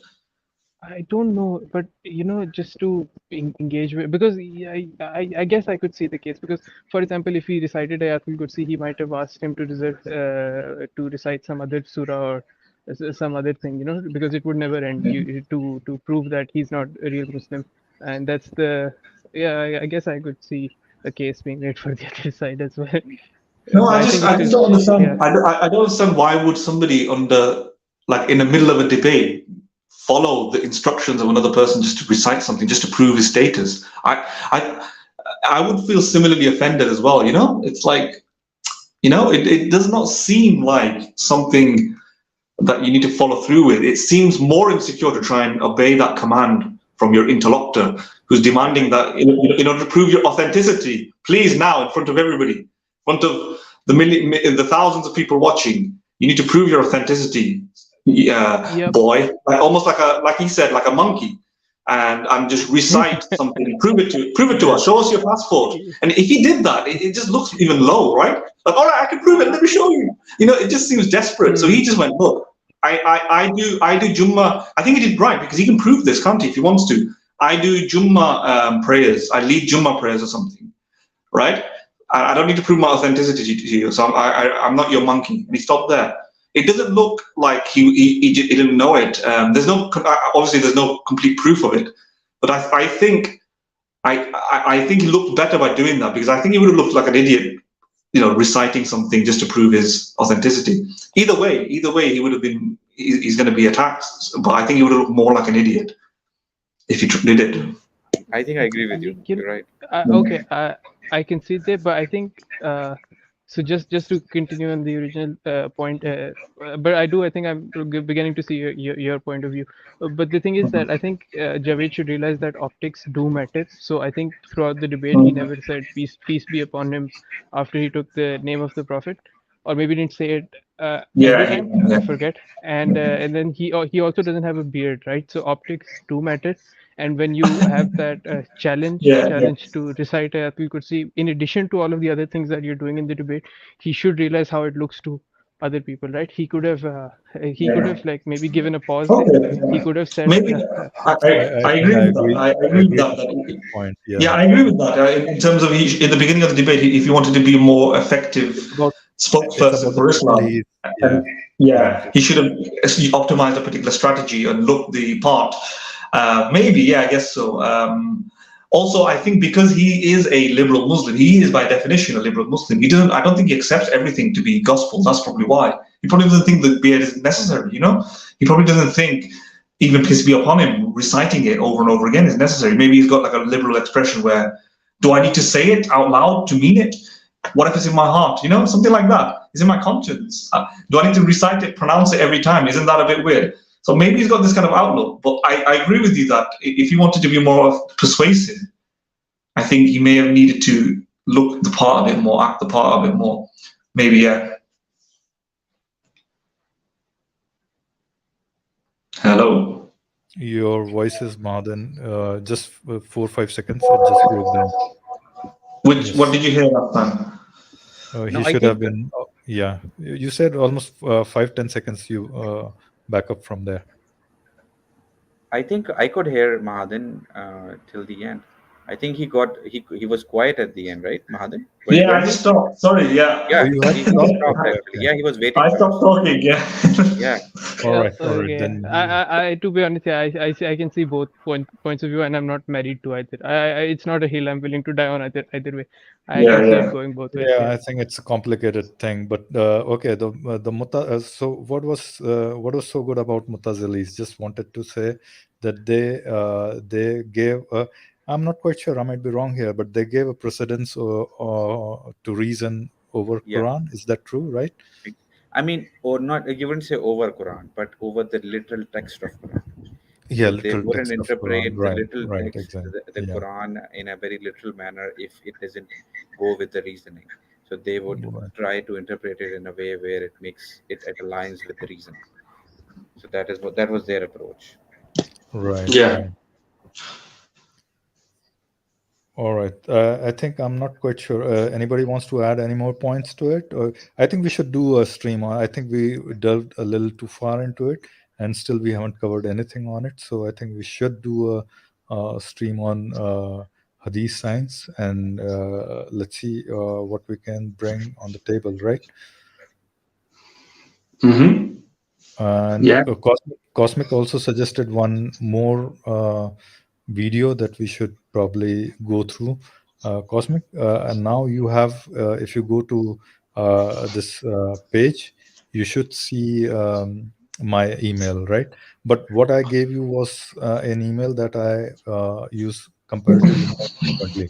So what I'll do is after I'll post it in private chat, right? In the meanwhile, okay. Yeah, sure.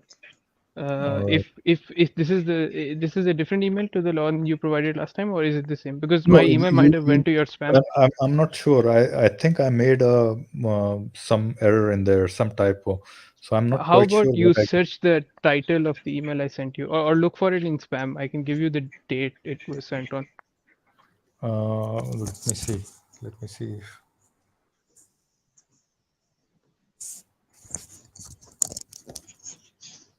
So did that email go through? Yeah, it went through, and there was a profile photo. So I think it went to the right account. Might have gone to spam. You might have missed it. I did send that email from my real email account, not from a fake one. So maybe you didn't recognize that. That might be the reason. But the title of it was proposal for video review, and you can forward it to Madan as well. The email. Okay, I don't see it. You remember when you sent it?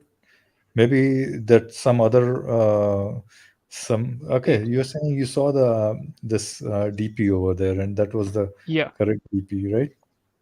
I believe so. It's not. I think it's graffiti or something. It's not the profile photo you have on here. Look for emails on 18 July. 18 July. Okay, if not, then what I'll do is I'll post the email again once again, and Yeah, then cool. all right. Yeah, that's a debate Kassar had with Pak Punjabi, which I think has a lot of content in it regarding the dishonesty Kassar has, regarding the scientific and mistakes that he makes, and basically stuff that you might not be able to unravel fully when you're watching it live. But since some Islamic channel uploaded it as a highlight for them, and I got recommended it, I watched I think I listened to this live as well when Kassir's thing was going on. But then watching it again 3 months later when a channel recommended it, I realized, how dishonest Kassir can be. All right. I think I'm not quite sure if you sent it to the same one that I have posted on private chat.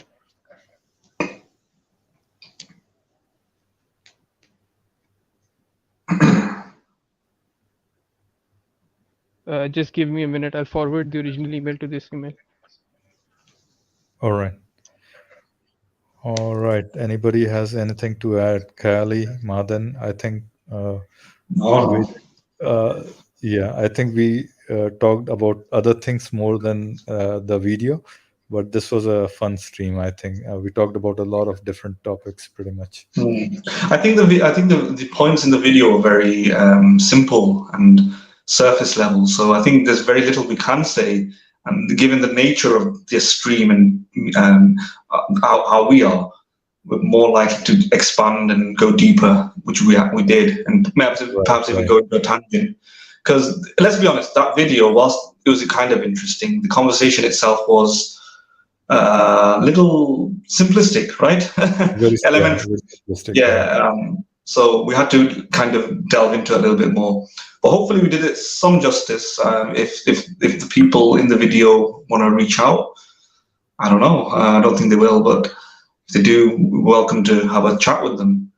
Exactly. But yeah, I think we've nearly hitting the 3-hour mark. I think we should get going now. It's nearly 11 o'clock here in the UK.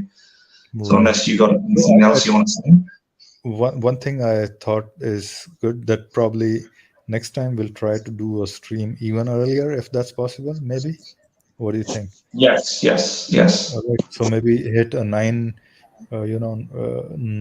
p.m. India mark, something like that. So probably it's 9 p.m. India is what, 4:30 for you, something like that, or 4:30. That's something that I probably can do on a weekend, but maybe not on a weekday. Yeah. right. So maybe we can shift it to 10 p.m. Something like that India time, or so that's gonna be like 5:30 for you or something like that. That might be more possible. Yeah. Yeah.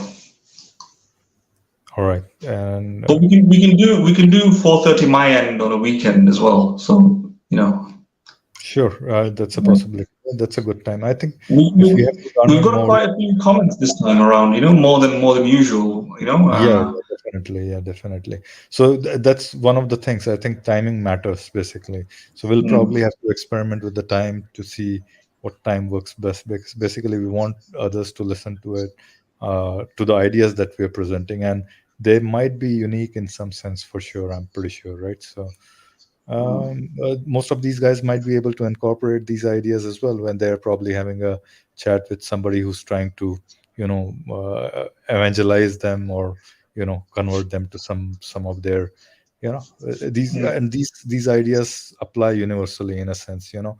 It's a tool for critical thinking, you can say, probably.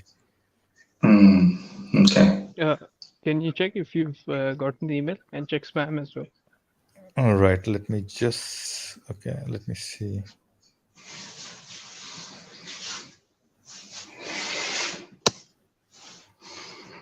Yes, unfortunately, not there as yet.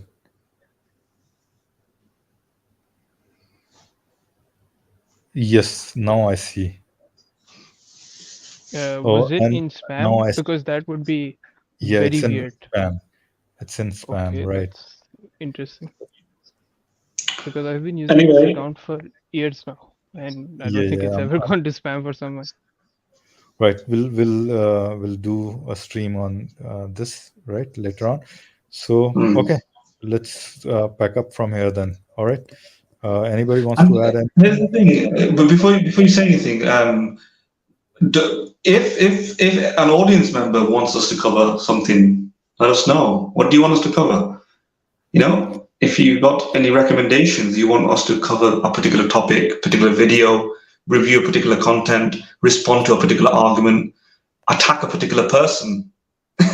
Yeah, I will be happy to do so. We'll be happy to do so. When I say attack a person, I don't mean physically. I mean intellectually, via argument. If you think we need to look at something, let us know. If there's anybody watching right now who wants us to do a video on something, we may just do it. I just want maybe Mahadev, you want to respond to this? We got quite a few comments from Fatima the Muleda, right? I'm not quite sure what her belief is, if that's she or he, I don't know, right? So, but I just wanted to say, if you want to respond to her, that's perfectly fine. But I want to respond that the kind of content we bring over here is more on a philosophical nature, a rational nature, than attacking a personality. So you might have you're entitled to have your beliefs here, and the way you want to treat somebody from history. That's actually not how, at least, I think of doing. It's okay to say these things that you have said over here, but we usually try to avoid bringing these kind of it is quite possible later on in one of our streams we might be able to go into some of these things that are in the history, But yeah, it doesn't appear that good to just attack somebody on a very baser level. At least to me, it doesn't appear so. So yeah, I mean, you're entitled to your opinion there. I just wanted to add, and also I wanted to add that the way we do these streams, our intention is definitely not to insult, especially people who believe in certain ideologies. Our intention is foremost in attacking the ideologies, the rationale they use to say that those ideologies are authenticate or real and true, and people should believe. Those who try to say that you should be believing this particular ideology because we think it is true. So our intention is to show that they are failing in providing sufficient evidence for us to believe in, and they should not be doing this because they don't have sufficient for others to believe in it as well. So yeah, I mean, it could be Christianity, Hinduism, Islam, Buddhism, Zoroastrian, whatever ideology you may have. We think of all these ideologies critically, and critique it. It could as well be the ideology that we believe in. Somebody if brings an argument against atheism, I think I'll be happy to believe that. I mean, if you provide enough evidence, right? Atheism, agnosticism, whatever you may have, right? So that's what I wanted to add. Madin, Kali, Cosmic, if you want to add anything in the end, and then we'll close the stream. In regard to Fatima's comment, you can take it as a point. You can give it a charitable treatment and strengthen it, in the sense that I understand what she's trying to say, and it's a subset of the problem of evil. These sort of comments, you can take it as that, a subset of the problem of evil, right? When the problem of evil is simply, would a compassionate, all-powerful, benevolent God create this much suffering or torment or cause evil? Well, that's what Fatima seems to be saying here, right? And so if you look at it through that charitable lens, I think you can interpret it not as a character assassination or insult. Well, maybe that comment, the one that you're showing right now. Yeah, I purposely showed one of the mildest ones, basically, right? So yeah. But I understand what she's trying to say there, that you can reform it to make an argument like this, allegedly God is meant to be this merciful, benevolent being, yet it is commanding X, Y, Z, what we perceive to be immoral act. This is inconsistent with this sort of God. Therefore, it's very unlikely it's coming from that sort of God. Therefore, Islam is false. That's like a deductive argument, if you want to call it, and that seems to be okay. And it's a very typical argument. It's like a problem of evil. Generally, problem of evil focuses on broader forms of suffering, but there's no reason why you can't fit into that a scriptural injunction, such as marry X, Y, Z, or do this or that from the scripture, and that seems to be also incompatible with a benevolent deity. You can make an argument like that, and also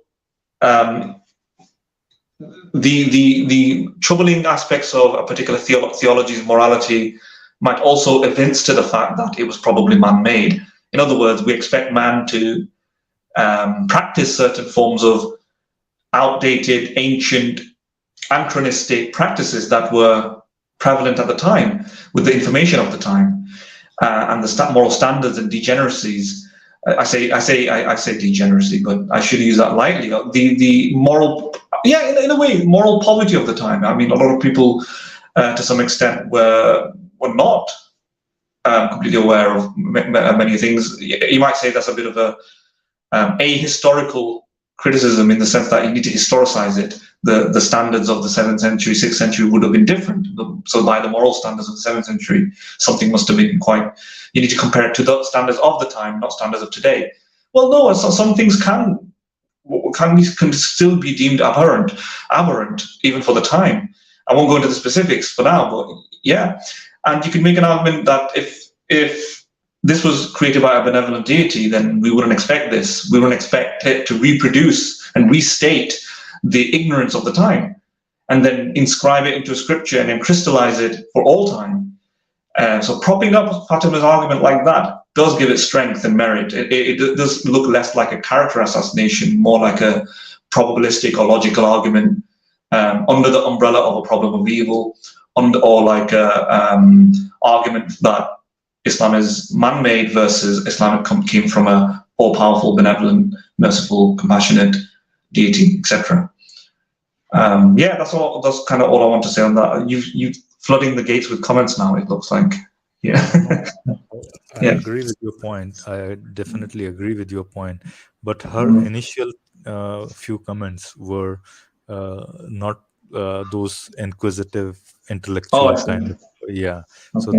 that's why I had to say that, and I had to say this because I know she probably doesn't imply that, but a lot of other audience are gonna say those kind of things or think that, and my intention is to at least tell them that this is not they should approach this problem, that even if you think that Islam is wrong, there is a way to deal with these kind of problems, and you can intellectually attack them basically instead of going onto a baser level. Yeah, you can raise those questions, but there is a proper way to raise those questions. At least that's how I think, right? Sure. Khali bhai. Cosmic has dropped out, I think, or he had to leave. He tends to do that. Yeah, this is signature move now, isn't it? To drop out. Yeah. Cosmic, if you have left, see you some other time, bro. Oh, we have.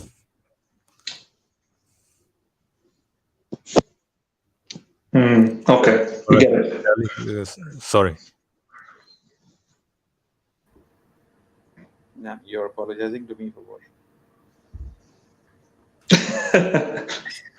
Just random apology. Sorry, Khali. Sorry, what? For something you're going to do in future? All right. Go ahead. Nah, no, you didn't tell me. Why were you apologizing to me? No, I'm apologizing because I've crime. been asking you to speak up, and then you haven't got a chance. So okay. That's why. Sorry for basically Philo is sorry for the sins of humanity. He's taking it on his shoulder. He is sacrificing himself to take it. Well, it's a big burden to bear, but okay, you can do it. But yeah, I mean, no, I think you guys were having a good discussion. It was a nice stream. I think we discussed a lot of topics. Is there anything else that we're going to discuss? I think we have hit the 3-hour mark. So, all right. Yeah, I think that's great. Topics, we'll talk. Yeah, I think we'll talk about other topics soon. And let's do another good stream. This one was a pretty good stream, even though our main topic was pretty, small. We did cover quite a few topics. So good to have you guys as co-hosts, Madan, Khali.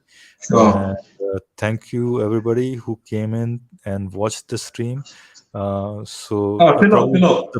we have a few more comments. Do you want to just respond that we do plan to do some streams in Urdu? Yeah. Yes. I think SS asked. You can tell people to question in a better way and still say you understand what they mean, right? Yes, I think. See, SS. The reason why I wanted to tell that thing is, I don't want this channel to become a kind of a hateful channel. This is intended to be a highly intellectual, even though we might have at times we might cover those really touchy topics, but we want to go about those topics in a very intellectual manner and a matter of fact manner, right? So that's why I'm not saying that she did something wrong. She expressed her view, that's perfectly fine. But I just wanted to have that, out of my system, to say that, okay, if you want to really, and this is for everybody, if you want to challenge an ideology, at least in my opinion, best way is to go about it in a very polite manner. not everybody agrees to. My take on things is different from Mahadan's. Mahadan has a more aggressive approach, and I think Yeah, we I just complement found each it other. funny how you said I it. agree. I agree that we complement it, and Kelly's approach is probably somewhere in between, I think, right? So, yeah, I mean, we are all made from different molds, perfectly fine. Basically, Philo is like Jesus, right? And I am like Muhammad.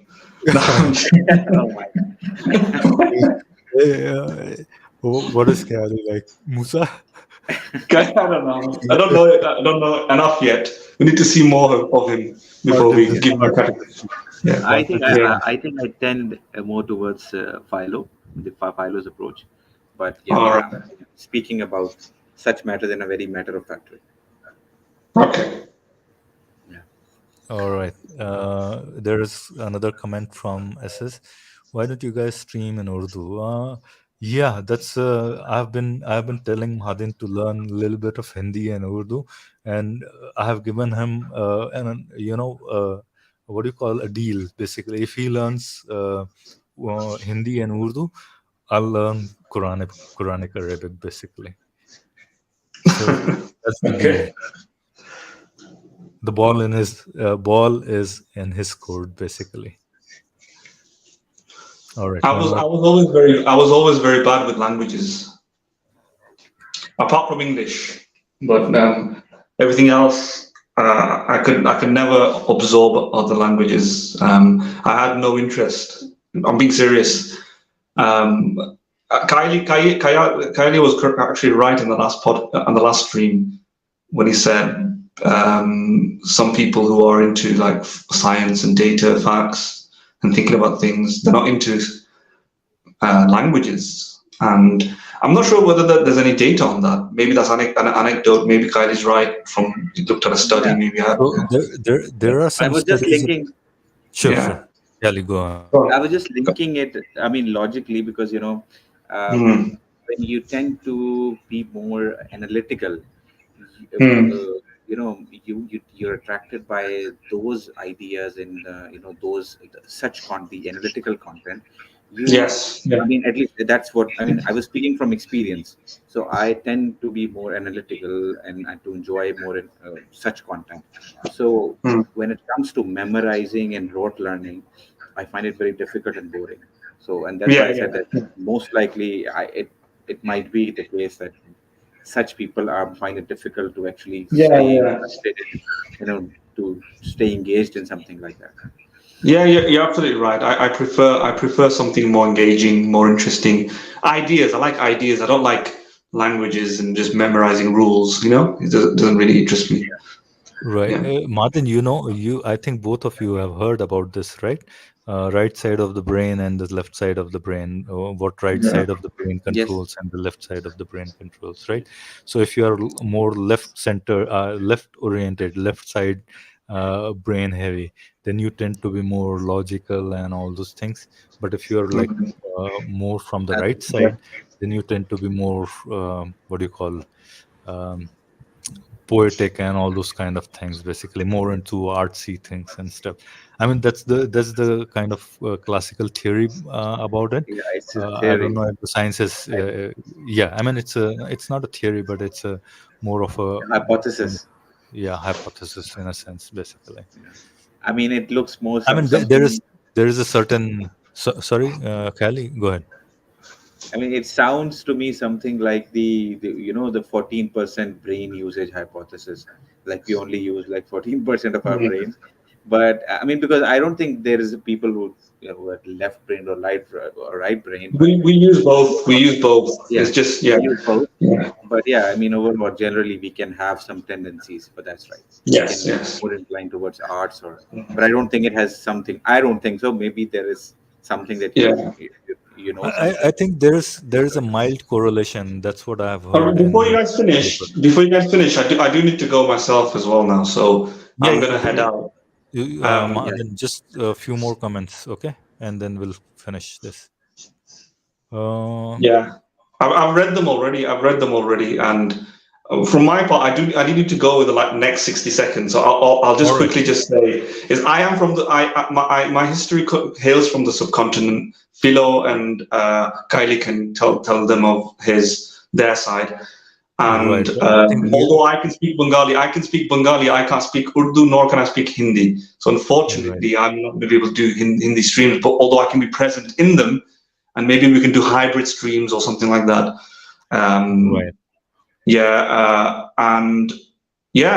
But otherwise I agree with SS. If I could speak Hindi, I would do it. Yeah. But I need to go. I'm gonna just jump out. Yeah. All right. All right. If you guys want to continue, you can do. Yeah. Sure, all right. Yeah. All right. Bye, Madan. Okay. Okay, Madan. I'll just conclude to SS's statement that we'll try and do Hindi, Urdu streams maybe once in a month. We'll try. Khali, right? You'll be in for it, right? Yes, sure. Okay, so we'll try and do that. Let's see how it goes. Otherwise, our English streams are fine, I think, as long as, but I'm pretty sure we'll get more traction in terms of audience if we do it in Hindi, Urdu, right? So, let's see how it goes. Khali, nice having you as a co-host. For Mahajan as well. Always a pleasure. So see you in the next stream then. All right. Do you have anything to say before we? Sure. Thank you for having me, and thank you for everyone who is watching.